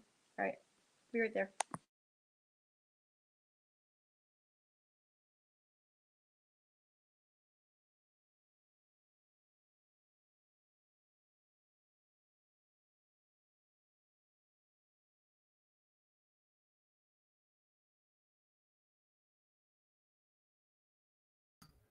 Holy shit, I did it. I'm like the smartest person alive. I'm kidding. I'm not, but still. All right, try this again. Share screen. Entire screen. All right, let's just hope I don't have anything else open. What I got? Terminal. All right, take this. Lower that maybe. And yeah, take this. Close that. Okay, all good. All right, so whole screen. This is terminal. That's where I have to go to GitHub. So to use Sherlock, you go to github.com and you type in the search bar here, Sherlock. Just type in Sherlock and this will come up as one of your options. You click on the Sherlock project, Sherlock, whatever. And then here you are. So this is the GitHub page for it. So to install it, like this is on Mac and this works on Linux. I don't know how to do it on Windows. I've never tried it. I have no fucking clue. But there are instructions for it, I believe. So you can find out how to do it. Like, I think, let me see. Windows notes. If you're using Anaconda in Windows, using Python 3 might not work. Use Python instead. If Docker is installed, you can build an. Okay, yeah. So yeah, you can do this on Windows. Anyway, so here's the installation though for like Mac or Linux. Basically, you want to clone. First, you want to clone the repo. I'm going to just go ahead and go through these steps again, even though I've already done them, but I'm just going to put them through terminal again. So you just copy the first step here. You open up your terminal, then you just paste it, enter. So there's that, whatever. And then CD Sherlock, you type in.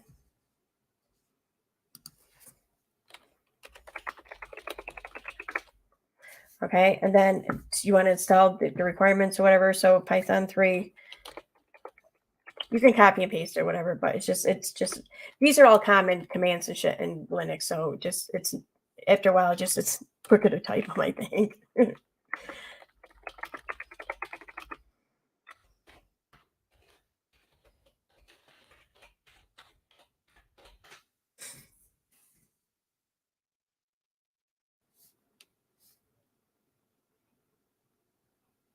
So there, it's requirement already satisfied, yada yada. Okay. So it should be ready to go. So now to use Sherlock, once you get it all ready to go and shit like that, you can just use it. Right here under the usage here, these are the command prompts or whatever. But you can also just type in the hyphen or whatever bar there and help. Or wait. What the hell? Why is it not working? Oh.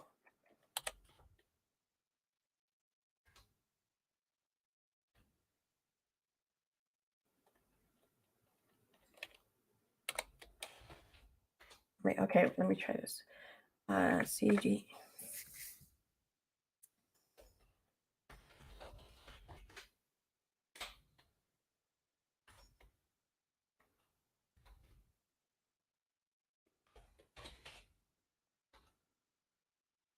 Why is it not working though?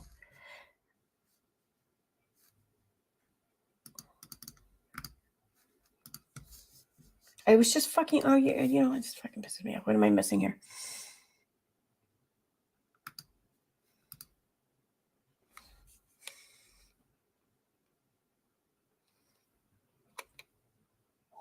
Yeah, why do I have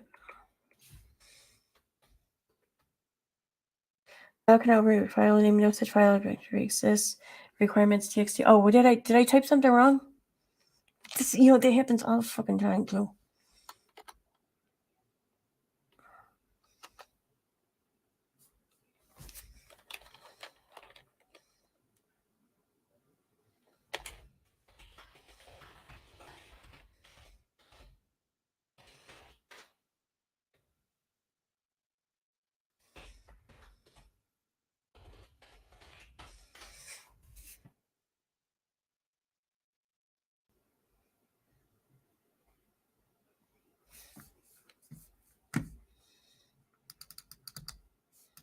It figures. I had it working perfectly. Now it's not going to work. I'll try cloning the repo again. Anyway, once you get this to work, though, you just type in Python 3 space Sherlock space whatever username you want to search, and then you can hit enter, or I do the timeout thing though.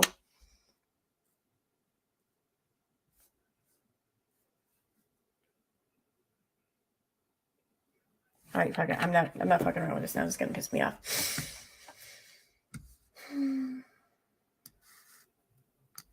Anyway, so I'm going to stop sharing. Oh no, I know one other thing I can do right here. Okay, so now I'm sharing screen. Google dorking. So if you wanted to search for a specific word or phrase throughout the entirety of Google, but you don't want to get a bunch of bullshit results that aren't relevant or whatever. Like say you want to search a username. I'm going to use my username that I use like everywhere, Slayer Utica. So what you can do is you just write in text, put colon there, parentheses, Slayer Utica, or quote there, with not parentheses, quote, and then enter. And by saying in text or whatever, it's searching websites for that in text. Why is it not giving me accurate results? So now, try that.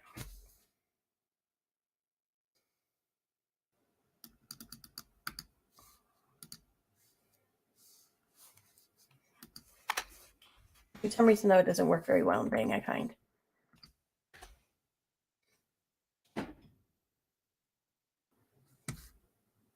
What the fuck? Am I typing shit wrong? What the hell? Why is nothing like fucking working now? This is like so fucking strange. Try this again. Okay. Text.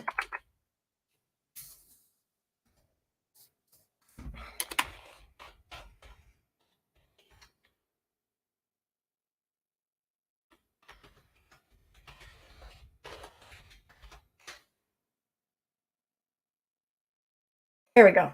Okay. So overview for Slayer Utica. You find me in Reddit. You find me on GitHub. Why is that all that's coming up though? Because I'm on a shitload of fucking sites here. Some things aren't working right. I don't get it. Anyway. So yeah, or you just, if you want to search like a specific site for something, you can do site like and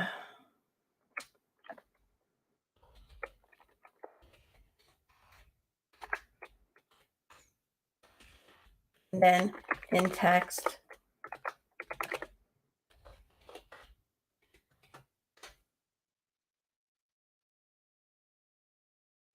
but of course it's not gonna work now. I don't fucking know.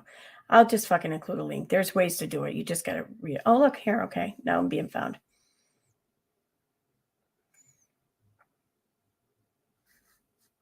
Why am I being found in Bing though? I don't like using Bing.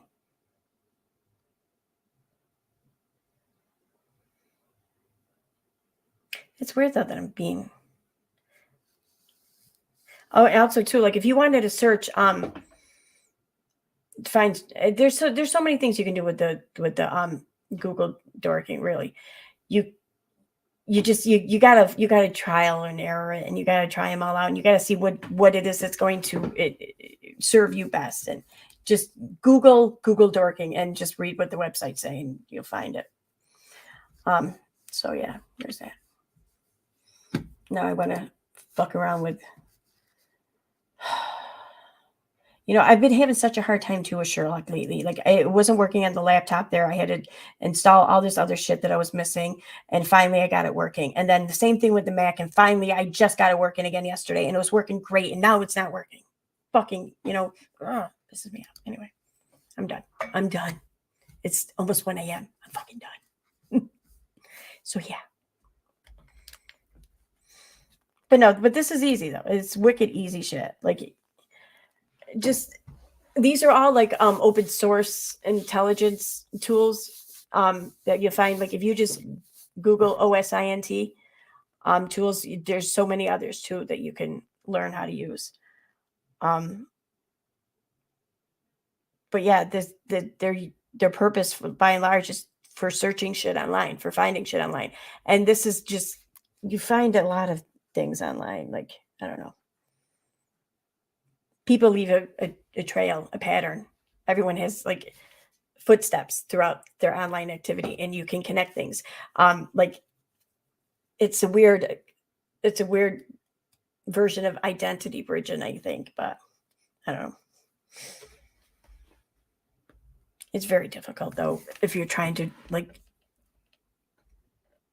definitively connect shit, but you can get a good idea.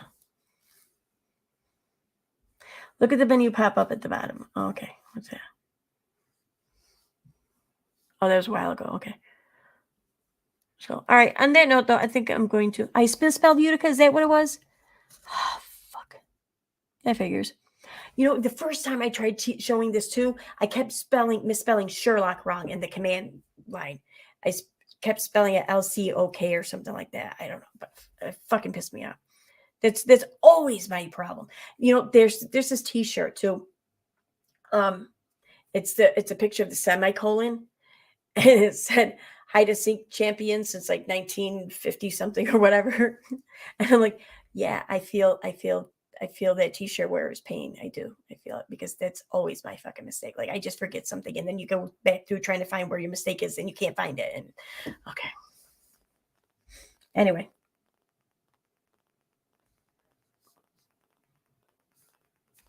So that's